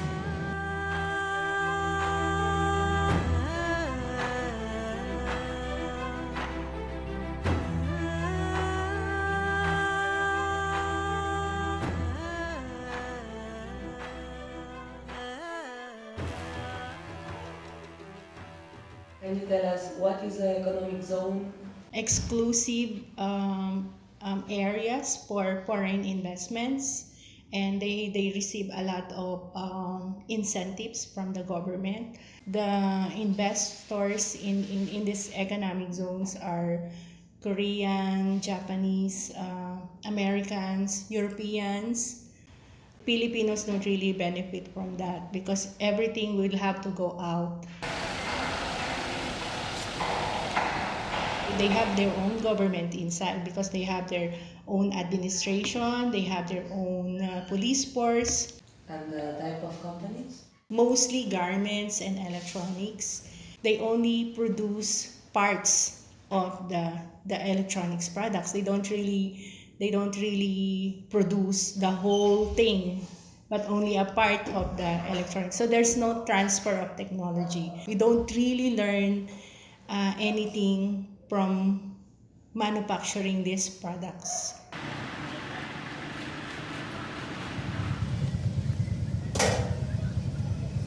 Working condition is very bad. It's very hot inside the companies. They don't have proper protective clothes. I'm working 12 hours from 8 a.m. to 8 p.m. Every day you work? Yeah, every day. Normal working hours of workers here in the export processing zones is 12 hours a day. So there's already 4 hours overtime. Okay. And do you do overtime? Yes. Every day? Or? Every day, yes. Very long overtime, 5 hours. And you don't have any holidays? No, we don't have holidays. You are allowed not to go to work or not to report to work on Sundays and even on holidays. But this company is giving suspensions and termination to the workers because of being absent on these days. They don't have proper protective masks to protect themselves from the fibers and the dust, and chemicals also. They could not relate or link their sicknesses or illnesses to their work. Has there been any accident in the factory? Many. Like this one. We have a lot of welding, fiber from the grinding, so we inhale it. We are not safe inside because we were lack of what you call PPE, the personal protective equipment for us. Hola, bona tarda, moltes gràcies per estar aquí. Des de la Fundació Pou Solidaritat agraïm que ens haguéssiu donat aquest espai per moderar aquesta taula. Considerem que és molt important. Jo voldria fer una mica del canvi i abans de passar a presentar-vos les ponències, m'agradaria, arran del vídeo, situar algun dels elements claus en relació amb violència antisindical que després els companys analitzaran des del seu expertise i des de les seves línies de treball. Crec que és important que en aquests moments tinguéssim aquest espai dins del Mobile Social Congress, aquest espai de debat, perquè és molt important situar com la globalització ha suposat la precarització de les condicions de treball i gairebé la mundialització de la pobresa social. El poder corporatiu en els últims anys s'ha anat dotant d'un vestit fet a mida a través de la llei d'una llei de la lex mercatòria, d'una sèrie de normes per tal d'aconseguir que en plena impunitat pugui en aquests moments deslocalitzar la seva producció en aquells països on sap que aconseguirà un major benefici a costa dels drets humans laborals de molts treballadors i moltes treballadores. En aquest context, l'any 2018, la Confederació Sindical Internacional va elaborar un informe que ja posava l'alerta que en aquells moments al món estàvem assistint a un procés d'augment de la cobdissa del poder corporatiu i que això s'estava traduint en què en molts països a nivell internacional s'estaven generant tota una sèrie de modificacions legislatives que tenien com a finalitat retallar i destruir i cooptar aquests drets humans laborals. L'any 2019, l'informe publicat al juny ja incidia en què havíem fet un pas més i ara ens trobàvem que estàvem assistint a la ruptura del contracte social, que és el mecanisme que ens permet als treballadors i les treballadores negociar i decidir quines condicions de treball tenim al nostre centre de treball. I que, a més s'havia produït un augment de la repressió brutal contra el lliure exercici de les llibertats sindicals i del dret a la protesta i a les llibertats democràtiques. Us cito molt breument alguna d'aquestes xifres. Per exemple, al món el 85% dels països vulnera el dret a vaga, el 80% dels països deneguen als treballadors i les treballadores participar en els processos de negociació col·lectiva. Això significa que no tenen dret a negociar quines són les seves condicions de treball. El nombre de països on s'exclou els treballadors i treballadores a organitzar-se o a constituir un sindicat ja és de 107. Ens trobem que hi ha 64 països al món on els treballadors i treballadores que han intentat instar un procés de vaga, denunciar la seva situació, han estat víctimes d'arrestos i en 10 països el 2019 es van assassinar defensors i defensores de drets humans laborals. En aquest context, ara us passo a presentar als companys que ens acompanyen. Primer, Peter Pawlicki. Peter té més de 15 anys d'experiència en la recerca de la globalització de la indústria electrònica i els seus efectes en les condicions de treball i els drets laborals. Treballa com a director de divulgació i educació Electronic Watch i és una organització que en aquests moments promou la compra pública que es basi o fomenti les condicions laborals dignes a les cadenes de subministraments de productes electrònics.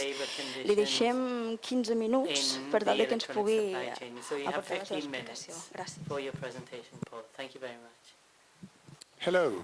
Hola.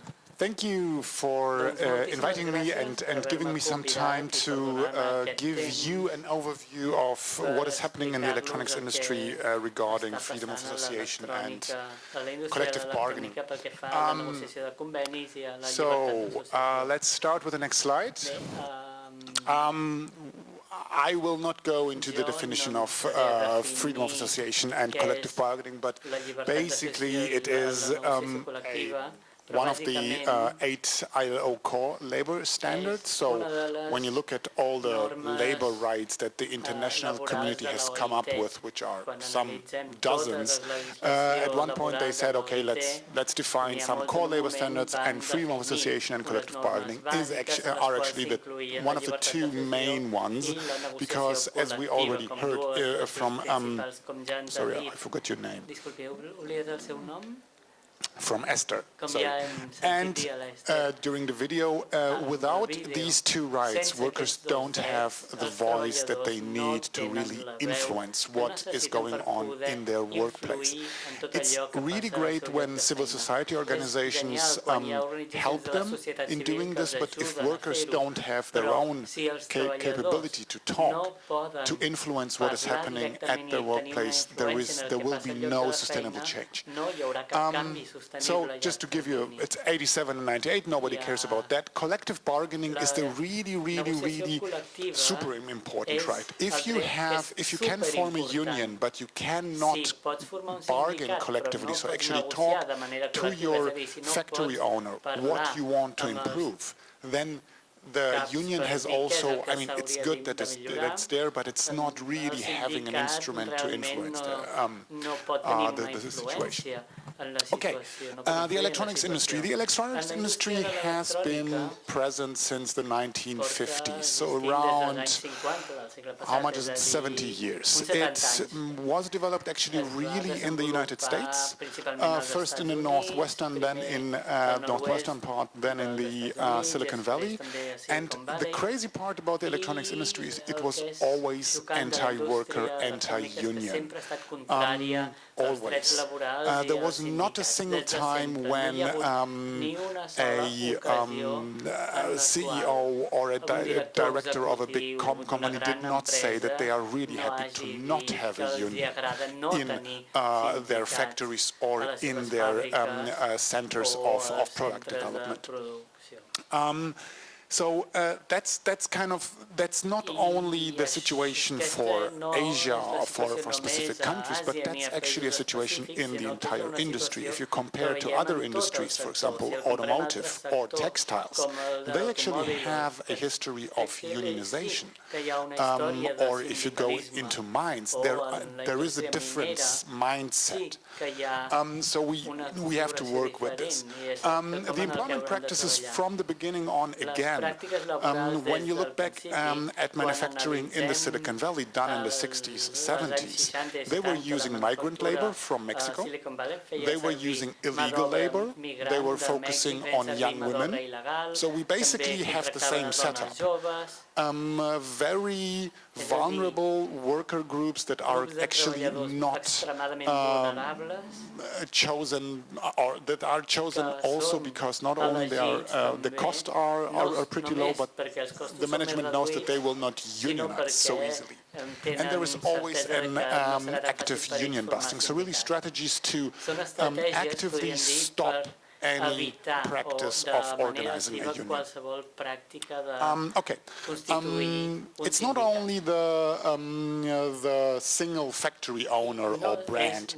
There is something that is called RBA, which is the Responsible Business Alliance, which is basically the industry association of the electronics industry. All these companies are members of the RBA. So companies like, which one do you know? Philips, companies like Intel, companies like IBM, like Apple, but also Foxconn, also the suppliers, also the component suppliers. They formed a union, or they formed an association back in 2004, I think. Next slide. And what they actually did, in the beginning they called themselves EICC, and what they did is they defined a code of conduct to say, we are really good, we have standards. The interesting part is, from the beginning on, the code of conduct included a very weak definition of freedom of association and did not include for years collective bargaining as a right. So basically the companies said, our standards don't include collective bargaining.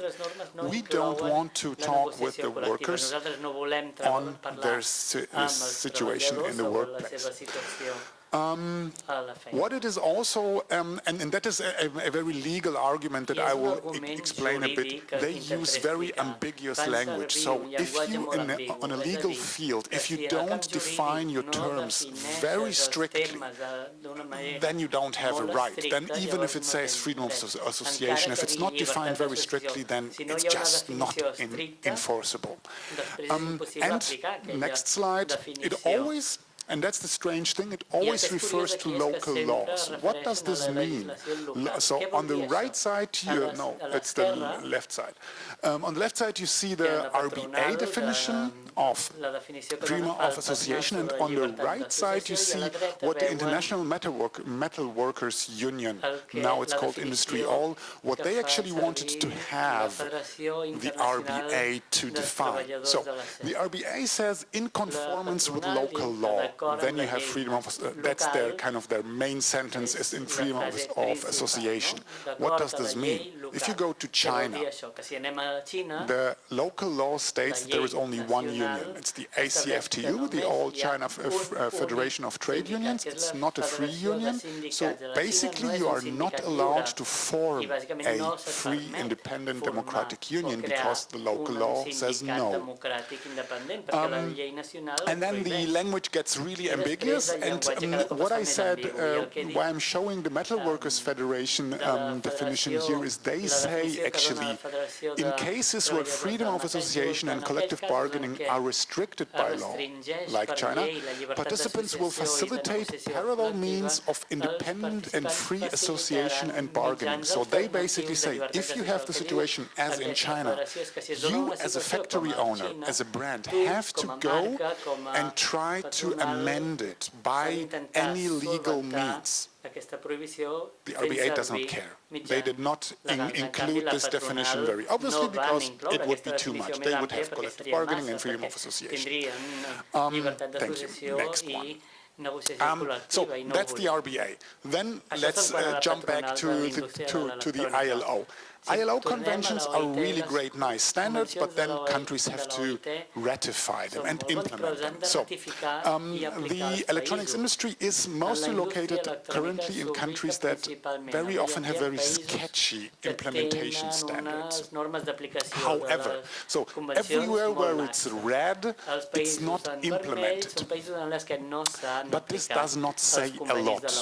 So, for example, the Philippines have implemented everything, and every year a number of unionists and union organizers are being killed.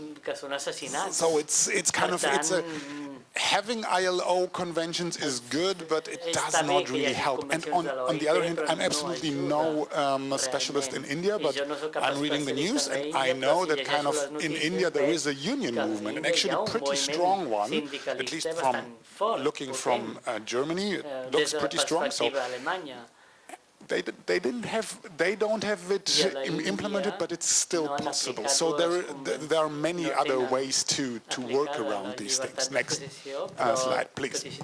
So, but the same way as workers have a way to form unions or to fight for their rights, unfortunately there are different ways of how employers can work against unions or against workers. So a standard thing are yellow unions, basically unions formed by management or by employees, like, for example, that are being bought to organize a union. This is pretty standard, for example, in countries like Mexico, where you either have a ghost union, so there is a union but nobody knows about it, or you have a yellow union. Or you refuse to recognize a union and you don't bargain with them. So there is a union, but they cannot do anything. Well, they might do strikes, but then you can just let those people, let off of those people. temporary agency work. We all know it. It's kind of a standard and a given thing in a current time. Temp workers are very limited in their unionizing rights and also in their interest to unionize at a specific factory, because they might be just moved to another factory. So it's kind of a structural problem, very much used. Export processing zones. We heard it in the video. Export processing zones is a whole worth of probably of a conference. So basically, export processing zones means you have a zone within a country where specific laws are not given. Very often also labor rights, very often freedom of association and collective bargaining. Most factories of the electronics industry are in these export processing zones. And also access to workers. Export processing zones are very often zones where you cannot just enter. So any union organizer cannot just enter and start talking to workers. So that's a real challenge, because workers very often need to be kind of told what kind of rights they have. They often don't know. Next slide. And compliance is actually not enough. Even if you, as a factory or as a company, comply, and rights only define a regulatory space. Workers need time, workers need a room, workers need basically resources to be able to organize, to be able to work through collective bargaining. If they have to work 12 hours per day, and then they have to meet somewhere to really think about what they want to do in collective bargaining. That's not a thing. So it's not actually, my perspective, it's not about giving only freedom of association and collective bargaining, but companies actually do have to pay for workers to enable them to implement these rights. This is very much, I'm from Germany, so I have a very specific perspective on union structure, but this is quite important. You have to have resources. Next one.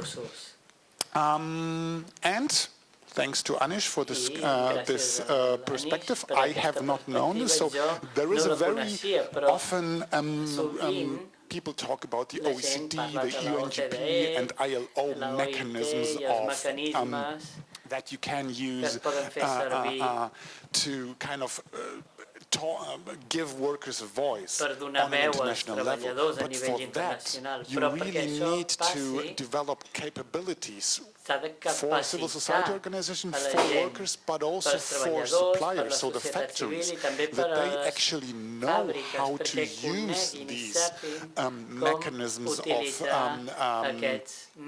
grievance. So again, very often these discussions that we have on the international level, they only think about defining specific regulatory spaces, but don't provide for the resources that are necessary to fill these spaces out. Next one, please. Okay. Now I'll just end with two cases. So when we as Electronics Watch work with our monitoring partners in factories, for us obviously freedom of association and collective bargaining is very important, but we also know that sometimes the grievances are much lower. So basically when workers are having actually they're getting sick, we have to first remediate that before we can start working on freedom of association. So it's kind of it's a challenge. But we are currently starting to have to developing a project in Malaysia with industry all to see how we can really work together as a civil society organizations and unions. Next one. So in the Philippines we had a case where it was a pretty small factory and they were closing down the factory. And the interesting part was they were the first people that were let go were union members, which is always strange because during the closing process you also had a process of collective bargaining, and the hope of the workers was to get basically higher severance pay. obtenir But if you let go all of the union workers, there will be nobody left who can do the bargaining process. So what we did, we cooperated with the local unions, we cooperated with our monitoring partners, with the help of our affiliates, we were able to have a better reinstatement of the union workers and to have a higher severance pay. Next one. This is one in Indonesia. That's a pretty big factory, 4,000 employees. They are doing headphones and earphones. Probably we all have them now on us. And we had severe occupational health and safety complaints. They were using toluene, which is really, really bad. I'm not a chemist, it's really bad. Stress in unemployment, stressful quotas, and the interesting part was when workers started to voice these grievances. The union members were the first that were being targeted by the employer. So what we did again is we started to talk to the brand that is buying from the supplier with the help of our affiliates, and we were basically able to reinstate one union member that was let go because it was told that she is the bad person, she is always making trouble. There is this great American union movement that call themselves basically troublemakers, and yes, unions do make trouble, but it makes sense to make trouble when it's for specific rights. So she was reinstated, and she was then able to force a process where we were able to really see improvements in occupational health and safety. So basically they took out the toluene pretty fast and now use a different chemical. Okay, and that's it. I think that was my... unions at Foxconn in Czechia. So everybody knows Foxconn. Foxconn is actually having two factories in Czechia, which is not everybody knows that. And the interesting part is Foxconn bought the first factory in Czechia, I think back in 2003 something, and that's an old Tesla factory. It's not the Tesla from the United States, it's the real Tesla. And there was a union. It's a post-socialist structure. There was a union, and Foxconn bought basically a unionized factory, which is quite interesting because I think that was back then the first unionized Foxconn factory. And they have now a second factory in Kutná Hora, whereas there is more an anarchistic union, which is also quite interesting. What they do, that they have collective bargaining agreements, and what they do, those unions, we have very good cooperation with them, and they use electronic watch as kind of a stick. They say, okay, we are talking to you management, but if you don't, if the talks are going too long or not the way we want, we will talk with electronic watch. They will talk with your customers. And this is actually helping because they can, with this, they have a different power position. So that's quite interesting. So there are unions in the electronics industry. They are mostly very not strong enough, but we are working towards obviously giving workers the tools that they actually need. And that was it. Yes, thank you.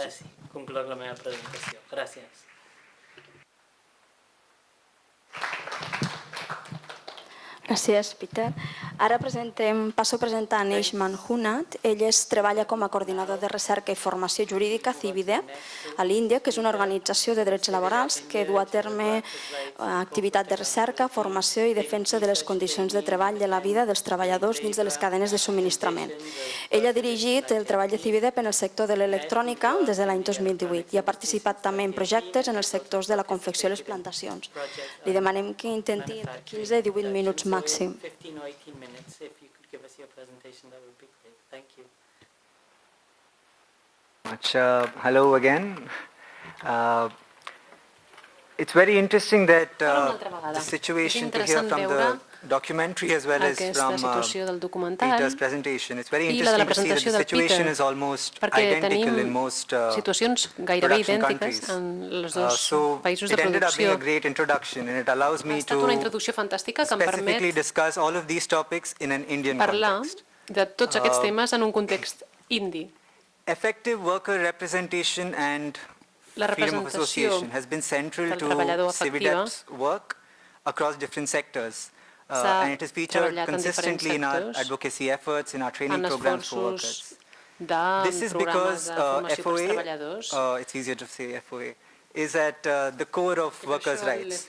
And when there is effective representation and all workers have a voice, they are the best representatives of their own issues. It is only in the absence of effective representation that organizations like ours have a role to play. So in an ideal world, we shouldn't exist. I would like to start off by addressing some of the main risks or obstacles to organizing that electronic workers in Sri Perumbudur face. Something I didn't mention before was that the electronics factories that we conduct research on are all located in a special economic zone. It's very similar to an export promotion zone. So this was attempting to replicate the success of the SEZ model in other Asian countries like China. So the SEZ Act was passed in 2005 in India. So this basically created delineated duty-free enclaves with fiscal incentives and all the required infrastructure provided under a single administrative umbrella. So the move was basically aimed at increasing manufactured exports and foreign direct investment, or FDI. But since then, like in China, SEZs have become synonymous with poor labor standards for workers. With hire and fire policies being rampant and inspections by authorities not being freely allowed, many studies in India have shown that union activity is widely discouraged or completely absent within these zones. A high proportion of the workforce, as I mentioned, is engaged on a contractual basis. And workers often have to work very long hours to meet ever-increasing targets for wages that barely meet the minimum wage standard. Significantly, the SEZ Act also vested substantial powers over all aspects of governance, ranging from business decisions as well as labor grievances. So all aspects of governance with the Office of a Development Commissioner. So there's an obvious conflict of interest involving the same person who is in charge of profit-related business decisions and labor grievances. So this is a subject that usually typically would fall under the jurisdiction of the labor commissioner of each state in India. So further, economic activity within SEZs have been classified as a public utility service. So there are various industries which are considered critical to the economy in India, and these have been classified as public utility services like banking, defense, transport, iron and steel. So there are severe restrictions on ability of workers to organize within SEZs. And so what can be considered all public utility services, it renders strikes illegal within SEZs, which is now a public utility service. Now, the applicability of labor laws, labor rights within SEZs, this was a subject that was brought up in the Indian Parliament when the Act was first proposed. And it was clarified at the time that standard labor laws would be applicable and the central government shall have no authority to relax any laws relating to welfare of labor within SEZs. The central government has since reiterated this validity of all labor standards, and last year at the International Labour Conference, it was clarified in great detail that labour inspections are carried out in an independent, unbiased manner, without prior warning, as required by Convention 81 of the ILO, which has been ratified by India. De la llei laboral que s'ha ratificat a l'Índia, però en realitat les coses no funcionen així, perquè a l'Índia hi ha competència entre diferents estats. In terms of inviting and retaining investment, tots estats que volen retenir aquestes inversions. I alguns estats creen les seves pròpies regles. A la Índia tenim una estructura federal on tenim una llista concurrent list. So the union list is basically things only the central government can legislate upon. De govern central. State is exclusively the state can legislate upon, and the concurrent list is matters that both the center and the state can implement laws on or bring laws on. Labor falls within the concurrent list. La llei laboral entra en aquesta última. So that's the usual structure which laws operate in India. So given the competition between states in terms of inviting and retaining investment, many states have enacted rules under the SEZ Act, which are favorable to businesses and detrimental to rights of workers. So these include lax inspection regimes or requirement of approval from the Development Commissioner. Basically for everything you need prior approval of the Development Commissioner. So they've also reduced reporting requirements on labor issues and health and safety. També en temes de salut i de seguretat. Hi ha una sèrie de regulacions. Simplifying clearance procedures, financial reporting requirements, among various other concessions. Financers. Because states compete with each other to invite I altres assumptes. I el problema que tenim és el que he comentat abans, la competència entre estats indis. Is also very prevalent, and especially so within SEZs. It's not restricted to SEZs though. Whether it's through screening of workers at the interview stage for propensity to join unions, so they ask them, have you ever worked in a factory before? I told you most of these workers are first generation workers. Most workers who already had prior experience are not chosen. Que no es permetrà que entrin a formar part de cap sindicat. Per tant, ja se'ls treu del cap des del principi. Se'ls fa una llista negra dels membres dels sindicats, suspensió o acomiadament de treballadors que són sindicalistes i, per tant, la negociació col·lectiva i les activitats sindicals s'han estat erosionant amb aquestes noves polítiques. Transferències de membres dels sindicats, intimidacions, amenaces. There's also been complaints of denial of registration by state authorities. De negació de registre per part de les autoritats estatals. Sento que l'ordre de les diapositives Now the other aspect to this is also that trade unions in India are largely affiliated to political parties. So there's an aspect of vote bank politics that influences trade union activity and their areas of priority. There are also quite a few automobile companies. So automobile companies are comparatively, as Peter mentioned, unionized. And since it is an older industry, more stable, and also a largely male workforce. Also trade unions understand the nature of the work and the sort of challenges faced by workers in the automobile sector. On the other hand, electronics is a much younger sector, and companies do not also stay for long in the sector. As I mentioned, companies tend to now migrate very quickly.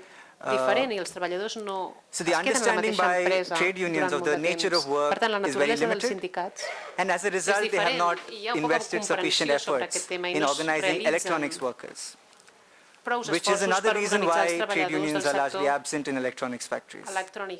So that is basically the gap we try to fill, providing access between for workers to unions and for unions to workers. We've also collaborated with trade unions in conducting training programs. We've invited union members, union leaders. Anyway, coming back now to the issue of excessive contractualization, which we keep hearing. As I mentioned, this is a key issue, especially in the electronics sector, and it has a direct impact, obviously, on freedom of association and ability of workers to organize. Actually, there are various laws at the central and state level to prevent companies from engaging precarious labor for years on end. I'll just give you one example of state legislation, which says if you employ workers for over 480 days, continuously in 2 years, they have to be made permanent. establert que si es contracta un treballador més de 480 dies, se li ha de fer un contracte permanent i un contracte indefinit. For example, this particular 480-day rule, they evaded by renewing contracts before that period expires. Feta la llei, feta la trampa. So they're always on 6-month or 8-month contracts, so they're not continuously employed. Contractes de 6 mesos They also i change, renoven sempre, so there's something called un the dia abans universal dels account 480 number. dies. It's an ID basically, which allows you to access social security that every employee També in India is l'accés supposed a to la have. seguretat social hauria de ser un dret universal. And you're supposed to have it throughout per tots els treballadors de la You Índia. still have the same UAN ID.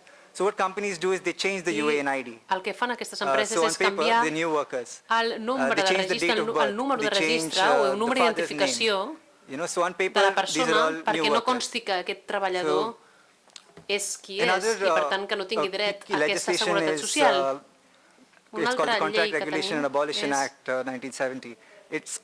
It says it's illegal to hire contract labor in principal or core activities. So basically, if I have an electronics manufacturing factory, I cannot engage contract labor for tasks that are directly related to electronics manufacturing. I can engage them for transport or canteen or other ancillary activities. But this is not followed by companies, not just in the electronics sector, but across different sectors.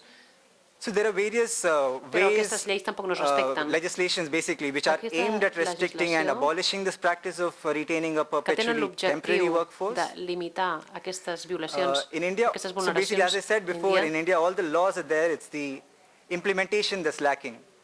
What's also lacking is the awareness of workers and the accessibility of laws to workers. There's also clearly an absence of, when there are laws existing, the only conclusion is there's an absence of political will. També hi ha una falta de voluntat política per fer que realment l'aplicació d'aquestes lleis sigui real. There are various government policies and schemes that have been introduced which have allowed companies to increasingly engage workers on a temporary basis. One such example is the National Employability Enhancement Mission Scheme. So this was advertised by the government as equipping India's unemployed youth with skill sets so they can get jobs. But in reality, what it did was remove the third party in between. So companies can now directly hire workers for a period of 3 to 36 months. So you can be hired for a 3-year period. Des de 3 mesos fins a 3 anys. These workers are also from 16 years onwards. I think I mentioned before the question of child labor. So you can hire 16 years onwards. And on paper, they are apprentices or trainees. So you don't have to give social security entitlements. They work for a fixed wage with no benefits, basically. They're also engaged in the same work that contract workers do. At the end, they're given a certificate, but this has no real value because it's unskilled work they're doing. So yeah, basically, what was at least on paper or ostensibly at least illegal is now being legitimized by government schemes and policies. Contract workers are paid lower wages for the same tasks. They often don't have access to job security, social security, or sickness benefits, which permanent employees do. They're prone to being fired without any notice, justification, or compensation. So as a result, they're either not represented or do not participate in internal grievance mechanisms. So in India, while freedom of association is a fundamental right guaranteed by the Constitution. So I have a fundamental right to form a trade union, but companies don't have any obligation to recognize or to negotiate with the trade union as per law. But what the law does require is the setting up of various internal mechanisms, safety committees, for example, or works committee, or grievance redressal committee, or internal complaints committee to deal with sexual harassment complaints. These are required as per law. It's mandatory for companies to have them. So in the absence of trade unions, these committees become the only avenues for workers to raise grievances. But from what we have seen, these committees are largely ineffective or they are not operational at all. Also, they often do not include all categories of workers, especially contract workers. So then contract workers are left with no platform at all to raise grievances. els ETTs. Another changing trend in this sector recently is the patterns of migration. Que veiem While previously the workforce was comprised of rural migrants from within the state itself of Tamil Nadu, now we see an increasing number of interstate migrants from other states being brought under government-sponsored schemes. These workers, most of whom are women, are especially vulnerable given that they are bound to their employers for continuity of employment, for security, for accommodation as well. Living conditions are often substandard, as I mentioned before, and the added obstacles for migrant workers are restricted mobility. There's also the language barrier. In India, we have so many languages that workers from outside the state can't communicate with locals or build a rapport with local trade unions. There's also a lack of, most of these workers have no formal education, very limited awareness of their rights. So all in all, it makes it very difficult for migrant workers to organize themselves. Slight change, please. Lastly, and I've left this for the last, not because it's less important, but because it's yet to take place and become operational. But so this is a change that's been happening over the past few years. It's the move to... So basically in India we have a lot of labor laws. Some of them are archaic, they go from colonial times. So there was the issue of overlap of rights, confusion under what law to proceed. So there was a need to streamline these legislations. And this move has gained impetus by this current government, especially in the past few years. But what has happened that in the name of streamlining legislations, which is necessary, but we've seen that a lot of workers' rights, labor rights are being diluted. So basically what's proposed is that all these 44 plus labor laws are going to be condensed into 4 main codes. One of them is the Industrial Relations Code, the Code on Industrial Relations, which is relevant to the topic of freedom of association. And the changes that are proposed as per the Industrial Relations Code are blatantly anti-worker and completely pro-business. I'll give you some examples of the changes that are proposed.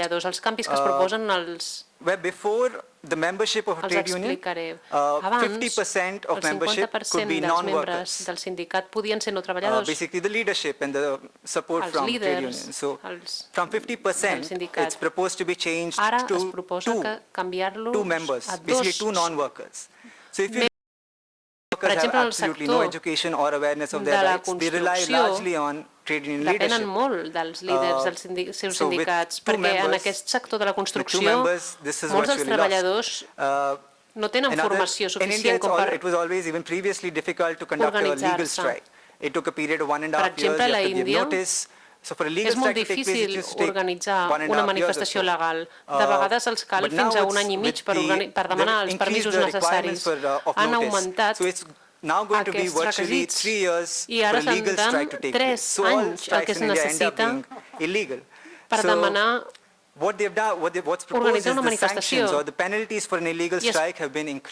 i s'augmenten les sancions per una manifestació il·legal, una sanció monetària que s'ha doblat, més que doblat. I els treballadors no guanyen amb aquella quantitat en 2 anys, per tant, els treballadors no poden passar-se 3 anys esperant la manifestació i després que els sancionin i que es quedin sense el seu salari i el salari que guanyen durant 3 anys. És impensable. Per tant, en resum, és molt difícil estar en un sindicat, organitzar-se sindicalment, actualment. També està el règim d'inspecció del govern. Les empreses ara tenen el dret de certificar-se o tindran el dret de certificar-se. Per tant,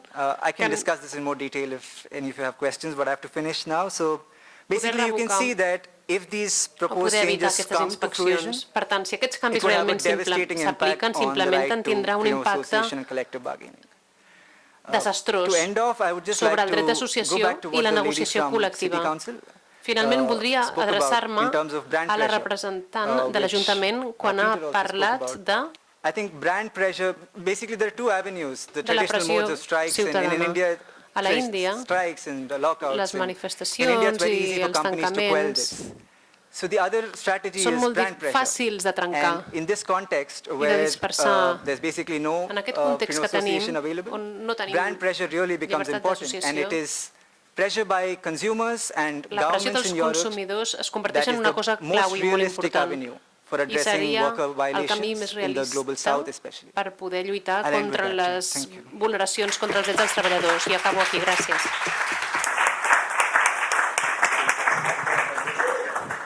Gràcies. Finalment passem a Patxi Fernández. Ell és extreballador d'Amazon, afiliat a la CNT i represaliat per la seva afiliació sindical. Va formar part de la primera promoció que va treballar en l'obertura del centre logístic que Amazon té al Prat, en l'àrea d'Outbound, departament de PAC i Shipping, i actualment fa activisme contra Amazon i les noves formes d'explotació de les grans corporacions. Li demanem entre 15 i 18 against Amazon and the new forms of exploitation by big multinationals. Sorry, we cannot hear any sound from this microphone. ¿Ahora me oís? Sí. Can you hear me now? Sure. Gracias por la oportunidad. Soy de la CNT, como bien está bien dicho. No somos ningún obstáculo, no somos ningún problema, pero somos la realidad hecha verdad. Después de los testimonios del compañero de Alemania y el de la India, ahora me toca un poquito aquí hacer de soslayo. Es muy fuerte todo lo que ha contado el compañero de la India. Todo eso hoy en día en este país, con la reforma laboral y todo eso, se ha incluso llegado a llevar a cabo. Por eso es nuestro mosqueo. Nuestro mosqueo con la CNT, con el respeto de sindicatos y organizaciones. Y todo pasa hoy en día, lo único que pasa, y es por lo que estamos abocando hoy en día, es a por una organización internacional de trabajadores. No sea la OIT, no sea la IT, o sea, pero organizarnos a nivel internacional delante de estas grandes empresas. Yo soy trabajador de Amazon, pero no soy extrabajador de Amazon. Todavía estoy pendiente del juicio de Amazon. He tenido mi acto de conciliación, o sea, que Amazon todavía conmigo se las está jugando. Todavía está ahí, estoy en el punto de mira y tendremos mucha baza contra Amazon, porque en la CNT lo que está claro es que nunca se va a quedar a negociar en un despacho ni a tener comités de empresa y a hacer todo lo que hacen, que están abusando y trabajando a la clase obrera de este país. Y eso se va a acabar ya, se va a acabar porque se tiene que acabar ya, y somos lo que somos. Entonces, de aquí al juicio, esperemos ganar la readmisión, porque esta gente, con sus todos modelos antisindical, que es el que pregonan y el que difunden, incluso hay muchos enlaces en Twitter, en los cuales Amazon, no aquí en este país, pero sí que en Estados Unidos se ha atrevido a hacer documentales en plan soap bar dedicados a hacer antisindicalismo, que no te afilies a ningún sindicato. Disculpad que me estaba alejando de esto, es que me emociona. Es que no estoy acostumbrado, yo estoy acostumbrado a las asambleas, no a los micrófonos y a los círculos redondos. Me parece una jerarquía estar aquí encima yo de vosotros. No soy Dios, bad religion, o sea que no soy Dios. I am not God, you know, bad religion, see my t-shirt, I don't really Entonces, enjoy being up estas here empresas se basan en todo eso y nosotros lo que tenemos que hacer es ahí una unión de fuerzas y todavía está pendiente de ahí y yo voy a conseguir, vamos a intentar conseguir la readmisión porque Amazon constantemente está despidiendo a gente, despide a gente pero de continuo. Pero bueno, ya que he hecho la introducción, ahora voy a ir pasito a pasito que si no me acelero y empiezo a juntar una cosa con otra, pero es que es tan grande Amazon, es que yo puedo hablar de una cosa como que puedo hablar de otra, puedo hablar de lo que pasa dentro como que puedo hablar de lo que pasa afuera. Mi compañero es de Berlín. En Berlín hay una plataforma que si miráis en Twitter es muy famosa, Berlín versus Amazon. Este sábado han tenido una manifestación en Berlín, porque lo que están haciendo Amazon es crear un hub de oficinas, como había creado hace un año Google, pues por eso se opusieron a la ciudad de Berlín, se opuso a ese Google, porque lo que genera es eso, que los trabajadores de Amazon van a tener sus propios pisitos, unos pisitos que están muy controlados, por cierto, porque claro, cuando hablamos de Amazon no hablamos solo de Amazon, hablamos de Alexa, hablamos de su nube, AWS, hablamos de muchas cosas, and many other companies are under the Amazon umbrella. This will generate gentrification, differences, problems, and bigger and bigger differences between social classes. What our colleague from India was saying is not even futuristic, it's coming here as well. It's here already. All these corporations have much more power Aquí, cuando hicieron Amazon el Prat, el Puigdemont les dio las licencias de Incasol. Hace un año, Amazon ha vendido esos terrenos a Corea del Sur y tienen mucho poder y callan la voluntad de la gente y hacen todo lo que quieren y más. Y encima, como yo, despedido por motivos disciplinarios y al día del acto de conciliación por improcedente. Es que las razones se las inventa, y encima lo más triste es que hay un comité de empresa detrás que es el que nos traiciona, que es el que nos pone las pegas y el que encima, que son propios, se supone que son tus compañeros, son los que más te defienden. Por eso la CNT nunca vamos a estar en ningún comité de empresa, no vamos a tener subvencionados, ni vamos a querer tener liberados, porque la fuerza de organizarse va a ser horizontal, que es la forma más real y la más auténtica y la que va a tener más efectividad. Por eso digo, mi despido viene por dos partes. Ahí estamos intentando negociar con el comité de empresa, que se niega, que por cierto son comisiones obreras, UGT y CSIC. El CSIC lo forman todos los leads y managers. Leads y managers significan los jefes que tienes tú superior en Amazon. Pero bueno, vamos a empezar a contar un poquito cómo va. Y con el PowerPoint, si lo tiene el compañero, os lo voy enseñando un poco y ¿cuánto tengo? ¿10 minutos o menos? No sé. Es que se me va. Pues no se abre. Hostia, pues no se abre el PowerPoint. No PowerPoint then. Okay, sorry about that. Bueno, estoy acostumbrado, no os preocupéis. Estuve en el Anti-Mobile este sábado en el Ateneo Libertad y Gracia. I was in the Anti-Mobile Congress in Gracia, and you know, I can empecé yo a trabajar, bueno, os comento el caso, mi caso en particular. Yo llevo ya 18 años aquí en Cataluña, vine del País Vasco, por allí, en aquella época. Catalonia, about 18 years ago, I came from the Basque Country. I was working in different sectors. I always liked metal, stones, you know, like a good Basque, you know, I like, you know, heavy weights and manual work. In 2017, Amazon opened its logistics center, the biggest one yet in El Prat, near Barcelona, even bigger than the Alcalá de Henares one in Madrid, because they were already having worker conflicts with the workers in Madrid. So they opened in El Prat here in Barcelona 2017. Who came in? Who was hired? I was one of them. Entonces, me and 2,000 more. So I went through different stages. When you start working in a big company like that, there is a hierarchy and a differentiation from the very start. El que entra a trabajar entra con un badge, una tarjeta verde. La tarjeta verde es que eres un trabajador temporal. Y luego ya cuando eres de la empresa tienes un badge azul. O sea, ya empezamos ya a diferenciar.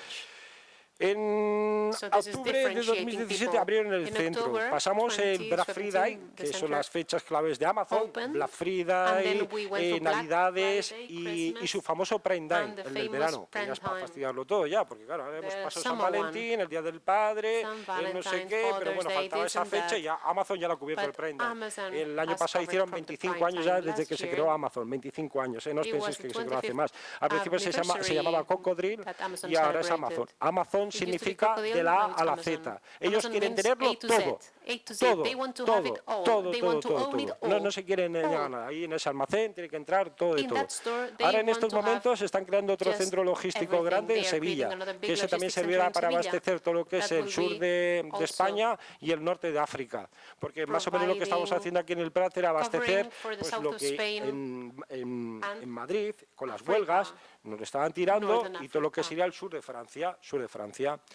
A día de hoy los despidos en Amazon no son de 80 personas, no, y la temporalidad supera más del 25%, y eso lo saben los sindicatos que están ahí, y estamos intentando negociar y hablando con ellos y diciéndoselo todos los putos días, más del 25%, eso es ilegal, no se puede tener un mayor número de tanta gente temporal, y Amazon lo está haciendo y lo sabe todo, y lo sabe la Yengat y lo sabe todo el mundo, y están callados, esperemos cuando lo resuelvan y hablaremos. Claro, yo que me veis así también sé hablar, sé de buenas maneras, nunca me acelero un montón. Entonces ahí, ya el primer pico, ya cuando pasamos ya el 2000, despidieron incluso ya gente en un cuarto.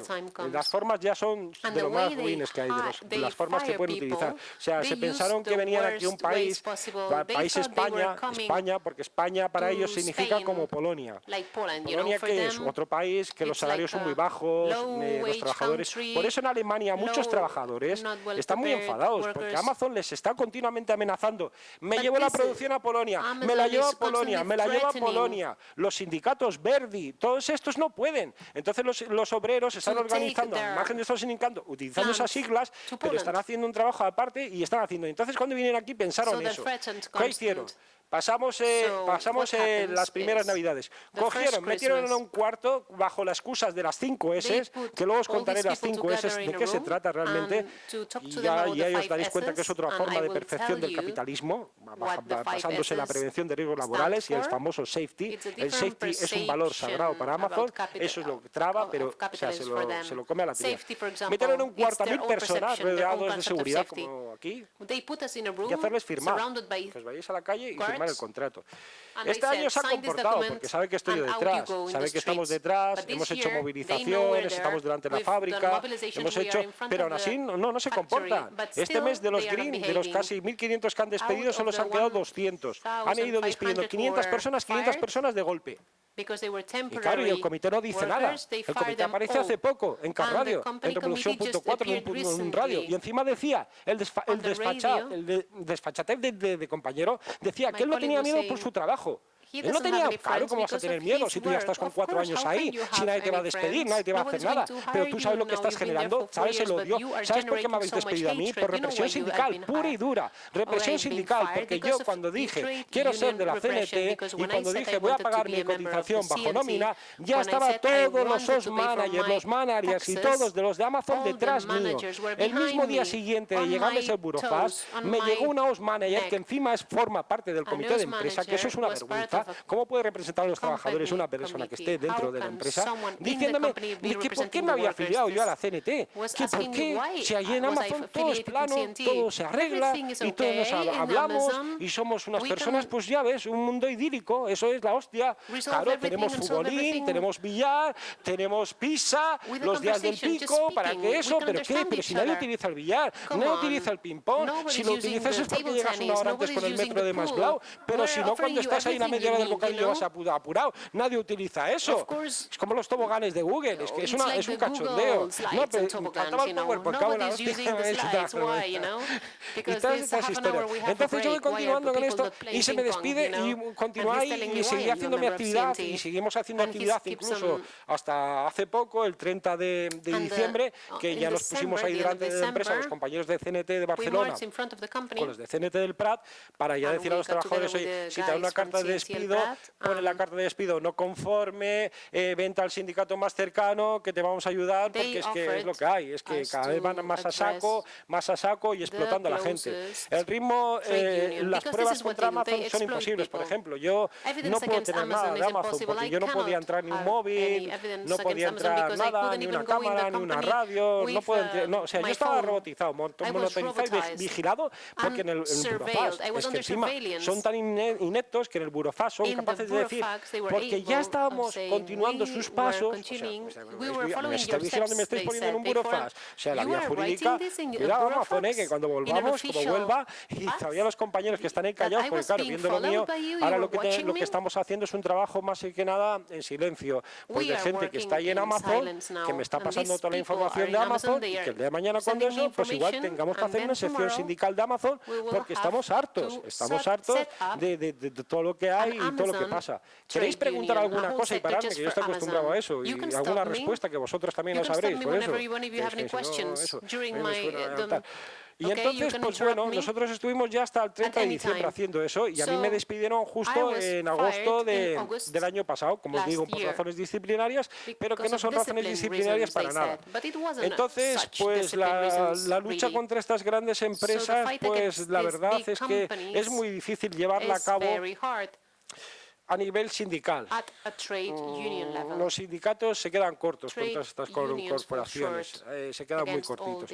Y lo que se está creando ahora más que nada es un perfil de Unión Internacional de Trabajadores de los Centros Logísticos de Amazon en todo el mundo.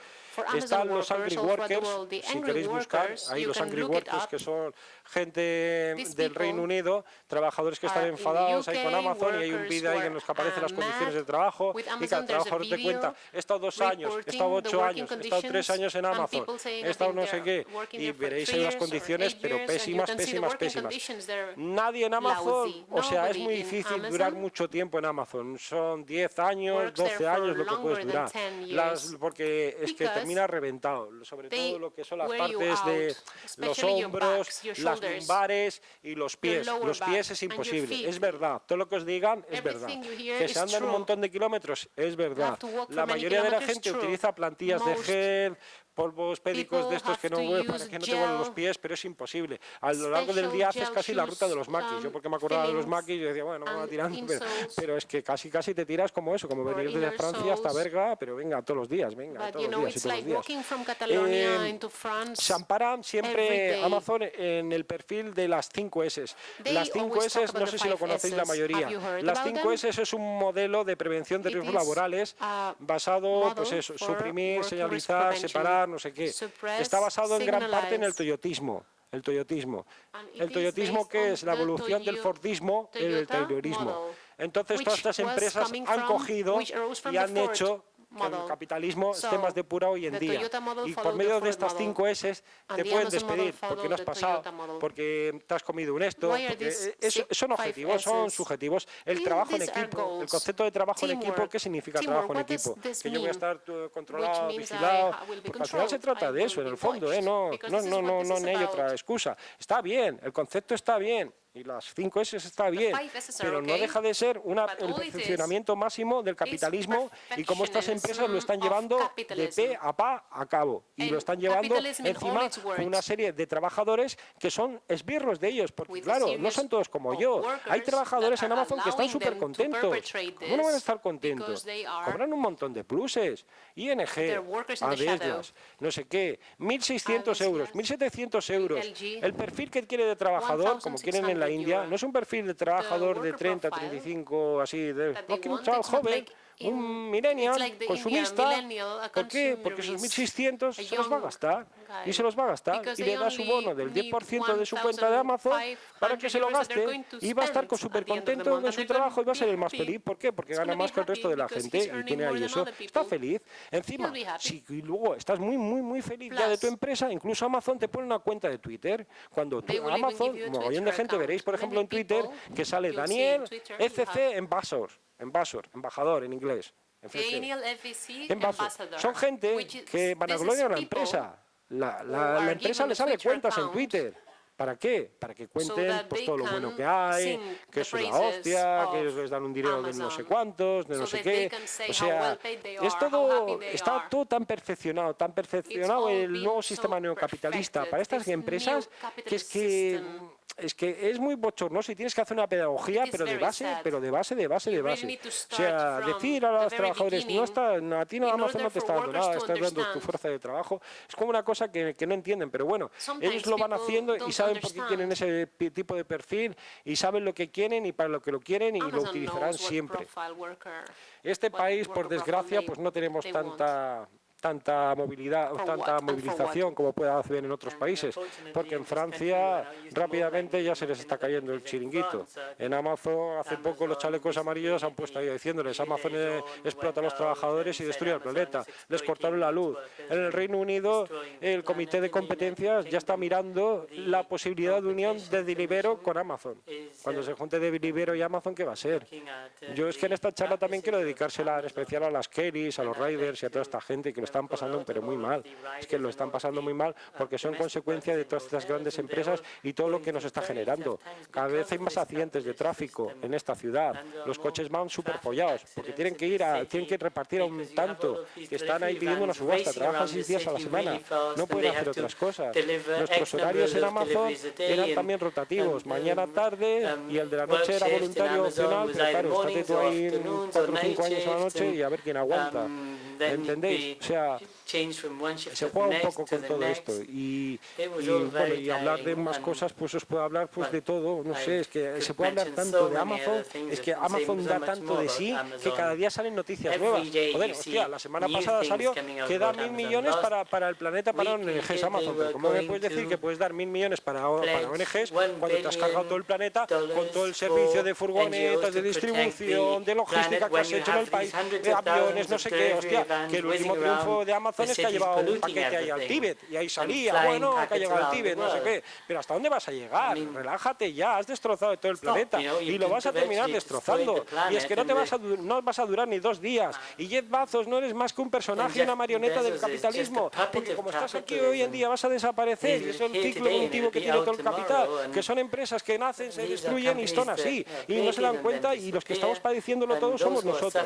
Aquí os quiero decir, pues yo que no tenemos la diapositiva, de que nos apoyéis a los trabajadores de Amazon, tanto a los de Berlín, que están ahora en plena lucha por el hub este que van a hacer, que no quieren ellos para nada, porque eso que se generará una zona de barrios ricos, como otra que hace la GM Union, que es un sindicato del Reino Unido, en el cual hay una página de Amazon, We are not robots, no somos robots, los de Amazon no somos robots, ahí también nos podéis ayudar y nos podéis solidarizarnos con nuestra causa y decir lo que podemos hacer.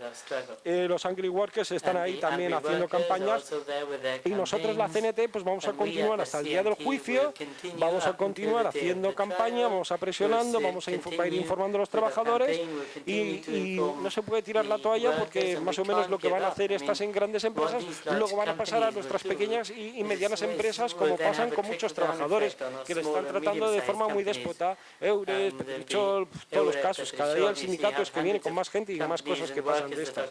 Otra cosa también efectiva y que os pido que se podía hacer y que ahí sí que podéis hacer de una forma fuerte, sí. Sorry, the interpreters are not hearing the question asked by the audience. Hola, bueno, gracias Pachi por este testimonio, por lo que estás explicando, ¿no? que entendemos que lo estás pasando mal y que es muy justa tu causa. Felicidades por la sinceridad. Y te quería preguntar, cuando dices CNT contra Amazon, ¿cuál sería la causa? ¿Cuál es el argumento para denunciar a Amazon? O sea, ¿a qué os estáis agarrando? ¿Cómo lo vais a plantear? ¿Qué estrategia es la de...? Es que no es que sea CNT Amazon, es que solo nos hemos visto nosotros solos. Después de enviar un burofax a la empresa y decirles, queremos que nos deis todos los ratios de los trabajadores, que me deis aunque sea el mío, que me digas mi producción. ¿Cuánto produzco yo al día? Porque yo producía más de 180 paquetes a la hora. Y te enseñan a hacerlos, claro que sí, te enseñan. Y eso es normal. 180. A veces os dirán 300, 400, pero porque hay una parte que se dedica a pack, que es empaquetar artículos únicos, y otra que se dedica a empaquetar artículos varios. O sea, que tienes varios artículos en la misma caja.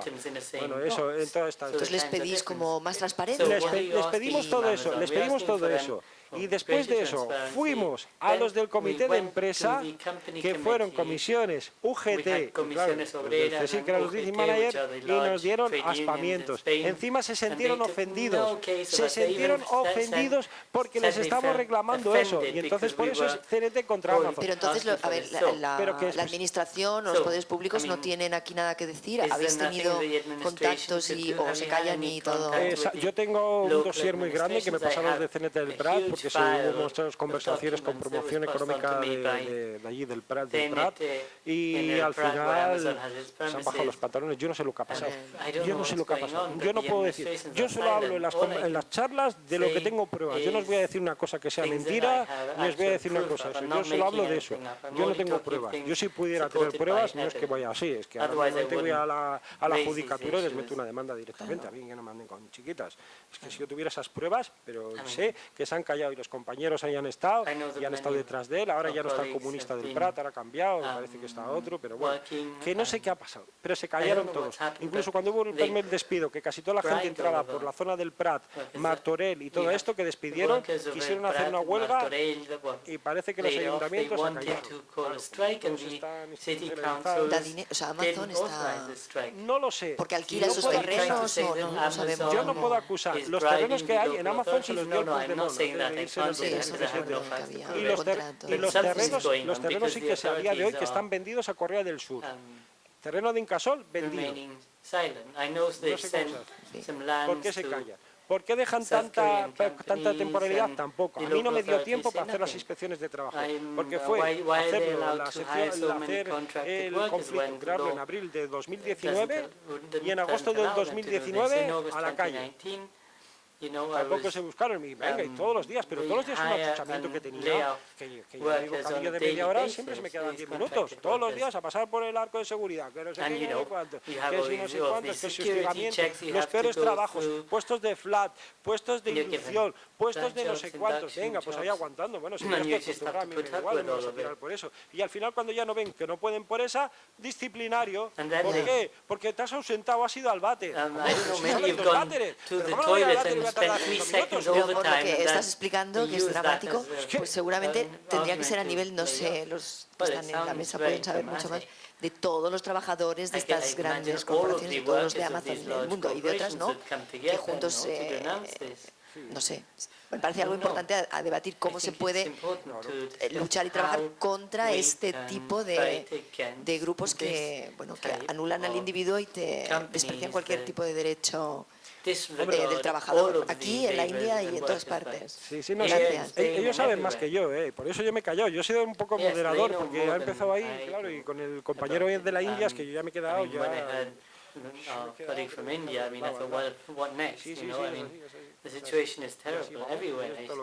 Otra cosa que vamos a hacer desde CNT contra Amazon es cerrar la cuenta de Amazon, porque cerrar la cuenta de Amazon significa dejar todos vuestros datos a toda la red. Amazon le interesa a este país, os voy a decir yo realmente, y esto sí que tengo pruebas, Amazon le interesa a España, aparte de ser un puesto logístico, por las energías renovables. Las energías renovables. El siguiente paso de Amazon va a ser el crear sus grandes centros de almacenamiento de datos. ¿Sabéis cuánta energía consumen los servidores en marcha? ¿Sabéis toda la contaminación que hace todo eso? ¿Sabéis a dónde se va Amazon? Se ha ido a Aragón, claro, están las centrales eólicas, están las del sol, pero bueno, ahí hay un alcalde en Aragón que me está alegrando la vida, que le está poniendo las castañas a Amazon y está diciendo, si tú te quedas en mi pueblo me vas a pagar y paso de que entres en el plan de organización de Aragón. Y yo estoy ahí con el alcalde, venga, y voy a seguir con la alcaldesa a ver si cobra, y Amazon, y pueden vivir como en La Mola o en nuestros pueblos. Y Amazon tiene ese interés en este país, pero no te lo va a decir directamente, ni no lo dice directamente. Aquí, aparte de lo del Prat, también tenéis en calle Tánger otro edificio que está muy disimulado, y ahí es donde también están todos los oficinistas, donde están recogiendo vuestra información, donde está haciendo vuestras cosas, y cuando os deis de baja, tampoco os vais a poder bajar así como así, No, os van a comer la oreja, os van a decir que habéis perdido una serie de privilegios de no sé qué, de no sé cuántos, pero bueno, que no puedes hacerlo. Solo, bueno, cuando llegues ya al final, por eso quería tener el PowerPoint de cómo deciros, porque no es una página como Twitter, que puedes cerrar cuenta, que Twitter también tiene su liga, porque dice, bueno, pero te dejo 30 días, y así luego caes, porque te está hablando el colega, pues sale 30 días antes contestas y no cierras la cuenta. Pero Amazon tienes que entrar, ayuda, más no sé qué, más no sé cuántos, más no sé qué, y luego llegas al final y dices, ¿y cómo quieres que contactemos? ¿Por email, por SMS o por chat? Y aún así luego le tienes que dar explicaciones de por qué te quieres dar baja y ya está, porque tener datos en Amazon significa que estáis perdiendo la integridad completa. Tener la Alexa en casa es un peligro. Tener los interruptores de ring que vende Amazon es todo un peligro y son muy hackeables y están al servicio. Amazon, y esto también es otra prueba, está ayudando al gobierno de Estados Unidos contra la inmigración, en aparatos de geolocalización contra los inmigrantes. Y ya ha pasado un minuto que me ha dicho el compañero y se me ha ido la voz. Muchas gracias.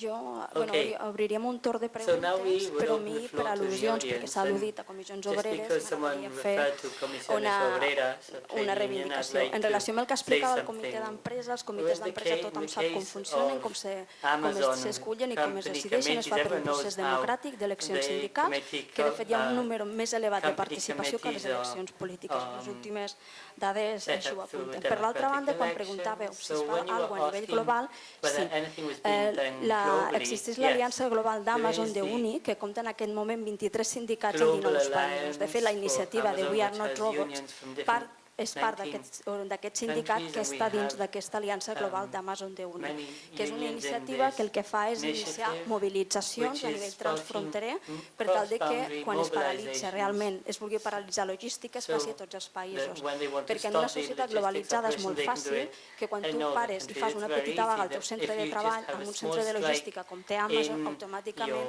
amb un altre centre de treball se pugui garantir aquest sistema d'avituallament, és a dir, aquest sistema de logística. Per l'altra banda, jo crec que també és molt important, que és una iniciativa que s'està fent des de nivell sindical, a nivell inter-Amazon, que són els comitès europeus d'empresa. Els comitès europeus d'empresa són aquells que permeten establir mecanismes que s'anomenen transfronterers, que és gairebé com els acords, és un altre tipus, o seria com més institucionalitzat, perquè tenim un sistema comú econòmic, diferents acords marc, però que ens permet també organitzar-nos sindicalment per tal que aquestes grans multinacionals, tots aquests centres de treball i aquestes empreses que estan vinculades hi pugui fer front.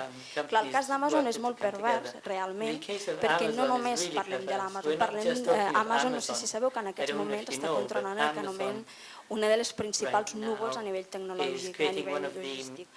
Dins està Airbnb, està Netflix, etc. El perill que també tenim, en aquest sentit, són totes aquestes dades personals nostres que s'estan movent a nivell intern i que aquí és molt més difícil focalitzar una iniciativa de boicot, perquè és molt més difícil poder detectar totes aquestes empreses que formen dins d'aquest núvol i que a més estan dins d'aquest grup que s'anomena AWS, que vol dir servei o sistema logístic d'Amazon, que aplega moltíssimes empreses amb múltiples inversions en molts inclús supermercats, etc., que desconeixem totalment. Jo crec que sí que és important reivindicar aquests mecanismes que estem en aquests moments incentivant des del moviment sindical, que són aquests espais transfronterers de lluita que permeten aglutinar les organitzacions sindicals de diferents centres de treball quan aquests estan a diferents parts del món. Hem de tenir en compte que, per exemple, de mitjana, un producte que es produeix passa per 6 fronteres diferents. Per tant, hem de començar a buscar un mecanisme per aglutinar tots aquests treballadors i treballadores que en aquestes 6 fronteres estan sent víctimes de vulneració de drets humans laborals. Per tant, és molt important començar a buscar mecanismes globals i això passa per aquesta sort que nosaltres anomenem de sindicalisme global o de mecanismes que ens permeten aglutinar treballadors i treballadores a través de les organitzacions sindicals perquè siguin realment agents de canvi i puguin controlar que s'estan implementant i garantir els drets humans dins de les empreses. No sé si abans de formular la pregunta algú del públic voldria més informació sobre el que s'ha parlat. Si algú vol intervenir.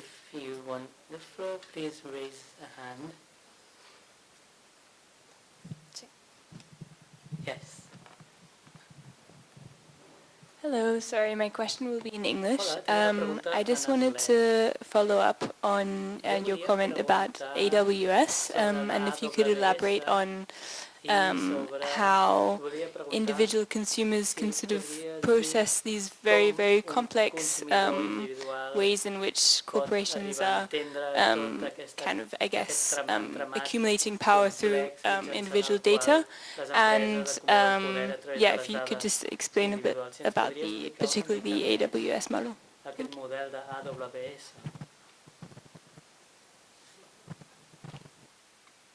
Jo no el conec, ho sento, no el conec al detall, però sí que he llegit al respecte, perquè realment en aquests moments nosaltres sí que és a dir, fa poc, per situar-nos, l'Organització Internacional del Treball parlava del futur del treball. El 2019 celebrava el centenari i apuntava tots aquells mecanismes o noves formes de treball que s'estan generant a partir d'aquesta globalització. Molts d'aquests mecanismes de treball són plataformes digitals, utilització de dades, etc., que és una forma que permet una major precarització perquè individualitzes les condicions de treball, cada persona acaba desenvolupant la seva activitat, en molts casos des de casa seva, teletreball, etc., o es fonamenta com els freeriders, Deliveroo, etc., aquesta individualització que és molt difícil vincular-los a un centre de treball i a una organització sindical. Per exemple, amb els falsos autònoms, amb les càrniques, amb el Deliveroo, hem tingut diferents iniciatives i diferents propostes.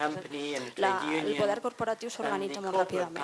Llavors, en aquest sentit, el que nosaltres hem vist amb l'Amazon, és l'AWS, és que el que estan fent és cooptant totes aquestes plataformes, per exemple, com Netflix, l'Airbnb, etc., que tot circula, tot realment, no hi ha un empleador, sinó que són dades que van circulant. És a dir, agafar un pis, llogar-lo per passar les teves vacances, etc. Totes aquestes dades s'estan utilitzant i tampoc hi ha un control específic de com es fa.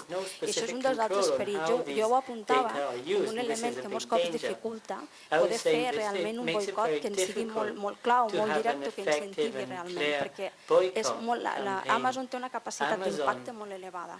Llavors, en molts casos és molt difícil detectar com podem incidir en aquestes plataformes digitals. Però per això jo ho apuntava com un element que és realment el moviment sindical el que té la clau per tal d'aconseguir en tots aquests espais poder organitzar els treballadors i les treballadores de forma transversal.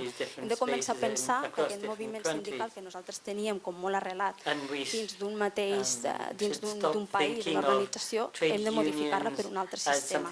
Tenim ja una iniciativa, tenim els comitès europeus sindicals i tenim altres iniciatives com el que us apuntava abans, que són els acords marcs internacionals. Perquè ens facin una idea, per exemple, en els acords marcs internacionals hi ha molt poques empreses multinacionals que s'hagin doblegat. En canvi, codis de conducta i altres iniciatives unilaterals hi ha moltíssimes. Per això jo crec que en el cas d'Amazon, com en molts altres, els mecanismes que hauríem d'utilitzar haurien de ser més incidents per poder transversalitzar tots aquests treballadors i treballadores que acabaran desenvolupant l'activitat en un punt de l'empresa i que serà molt difícil connectar-nos d'una altra manera. No sé si t'he pogut respondre la pregunta o no. I don't know if that answered your question, maybe.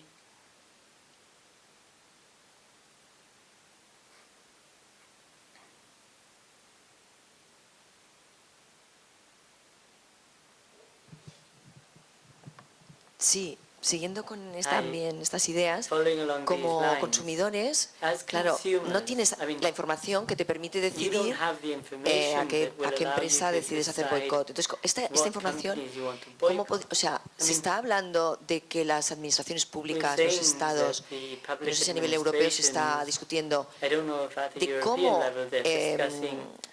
crear mecanismos de información para que tengamos más información a los usuarios. Y, por ejemplo, lo que decías, la meganube de Amazon. Es que no sabes, no tienes ni idea que Amazon controla esta meganube y que allí está Netflix y quien sea, y que esos datos están manipulados y controlados por ellos. No lo sabes, no eres consciente. Entonces, se están preparando mecanismos, se discute la importancia de que se informe vía las administraciones públicas. Tiene que haber mecanismos de información y de control. No sé, para que seamos más conscientes y, por tanto, decidamos, pues mira, dejo de comprar Amazon porque no quiero que mis datos estén con este, con el otro y controlados en esta mega nube. No sé si me explico. ¿Cómo podemos hacerlo más transparente para que nosotros podamos decidir? Y lo que tú decías, entonces decidir boicots.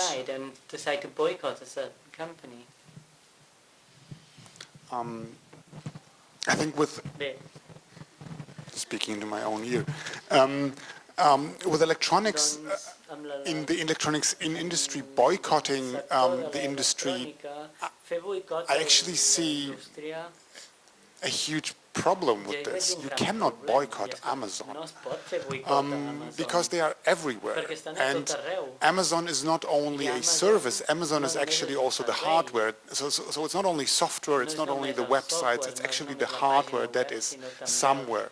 And so somewhere, when people talk about the cloud, I have learned that they very often really think it's a cloud, but in the end, it's basically hard disk drives standing in, as I just learned, in Spain, and this is actually super interesting, or standing in the north of Norway because it's cold in Norway, so you don't have to cool down so much. So basically, this is hardware, but when you then think on, what is it? What is a hard disk drive? What is a CPU? That's the standard stuff you have in your notebook. And that's actually the big challenge in electronics. All the components are so standardized that what Amazon is using actually is nothing special. They are not using a special hard drive, they are not using a special CPU or some central processing unit. It's the same stuff we are using. So boycotting Amazon, you would also need to boycott your notebook, and that's then actually a great challenge, because how do you do that actually? What is the possibility? To be not pessimistic, I think the only way that we already heard is in international solidarity, and not only international solidarity, but also an opening up of specific political areas. So what I experienced, me being kind of an old labor unionist and now working for the last 2 years in civil society organizations, there is a huge divide very often between labor unions and civil society organizations. Labor unions often perceive civil society as kind of a competitor, and civil society very often don't see unions because they are the old guys. But actually we do need a cooperation, and what we need is to, so within between organizations and with workers, you know, this old phrase of Marx, proletariat aller Länder vereinigt euch. I didn't even know it in English. So all workers of the world unite, basically. And this sounds always so crazy, but what you actually need is, and here is coming to your question, you need greater transparency of supply chains, which is then a very technical issue. Who is supplying to whom, and not to boycott them. But if you know a supply chain very good, you know the weak points. If you know the weak points, then a single strike in one factory might actually inflict pain, and it's always about pressure points and pain points. There is a great academic research of a guy called Selwyn, I think, a researcher from the UK who was looking at Brazilian production of grapes, and what these workers, they had no power whatsoever, but at one point they understood that they have actually a huge power. If they stop working through in 2 weeks when grapes are being basically processed, they could stop the entire supply chain of grapes that goes to the UK, to Tesco, and all these big ones. And they did this. They went on strike in these 2 weeks. And with this, the negotiations changed fundamentally, because Tesco knew if they don't talk to the workers now, if they don't comply with their requests, they will have no grapes in the supermarkets. And this is changing. So what you need is international solidarity, you need knowledge, you need transparency, you need also new tools to understand who is doing what. And that's actually something that I always think both labor unions, workers, and civil society organizations need to work much more on. Understand where something is being produced and how can we stop it. For a small amount of times would be enough, but it's a huge challenge because these supply chains are very complex, very flexible, very fragmented, so you need to have stoppages, but you need to know where, and this is, it's a huge challenge, but I think it is actually possible. It will just take some time, and then the question is if Amazon is not faster. Let's hope sempre que Amazon no sigui més ràpid que nosaltres i se'ns avanci, però esperem que no, que aniguem més ràpid nosaltres que no pas Amazon.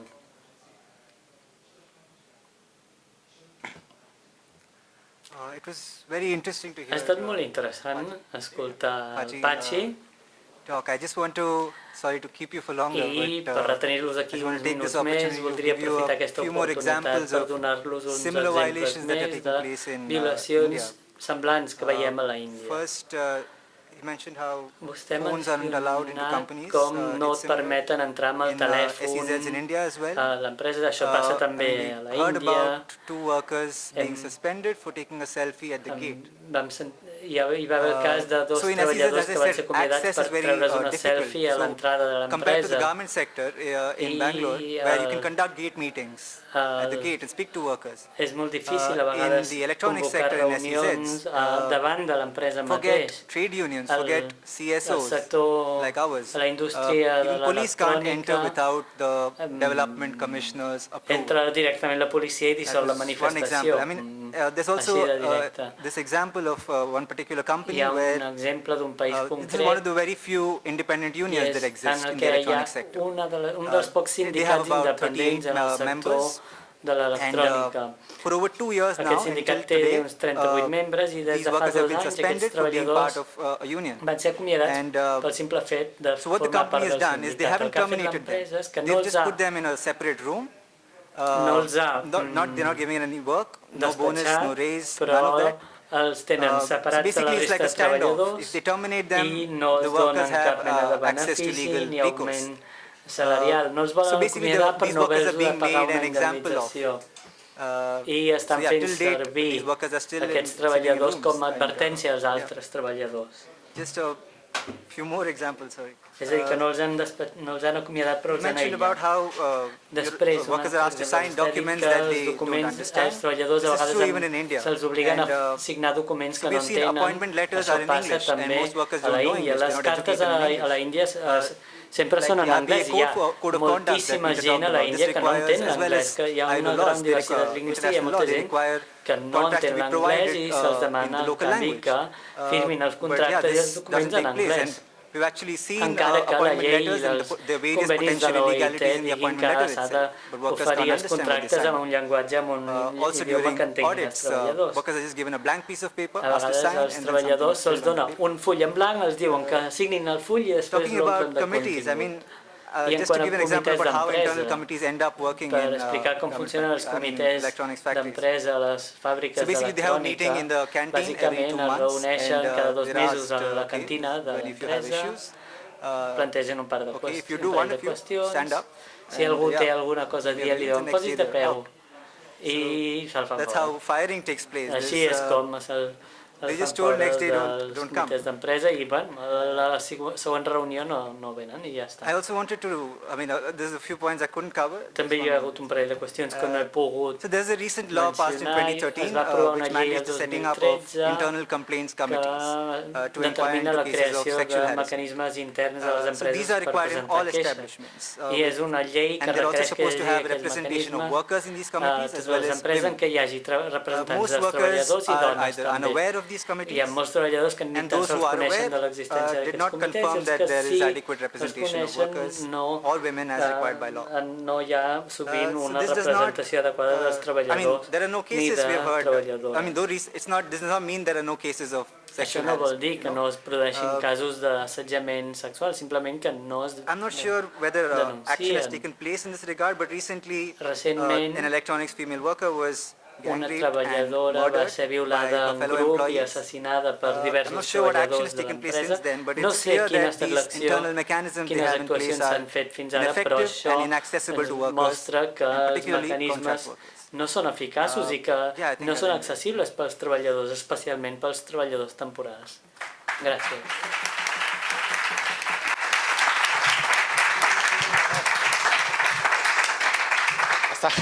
Doncs moltes gràcies Esther per la moderació, Peter, Neix i Patxi per tots els comentaris i crítiques. Només dir-vos que ens retrobem demà a 3:45 aquí mateix, però que abans, al matí, hi ha una cosa que es diu l'ideator, que és un taller que des de fa setmanes i de forma col·laborativa s'està treballant per donar resposta a un repte interessant.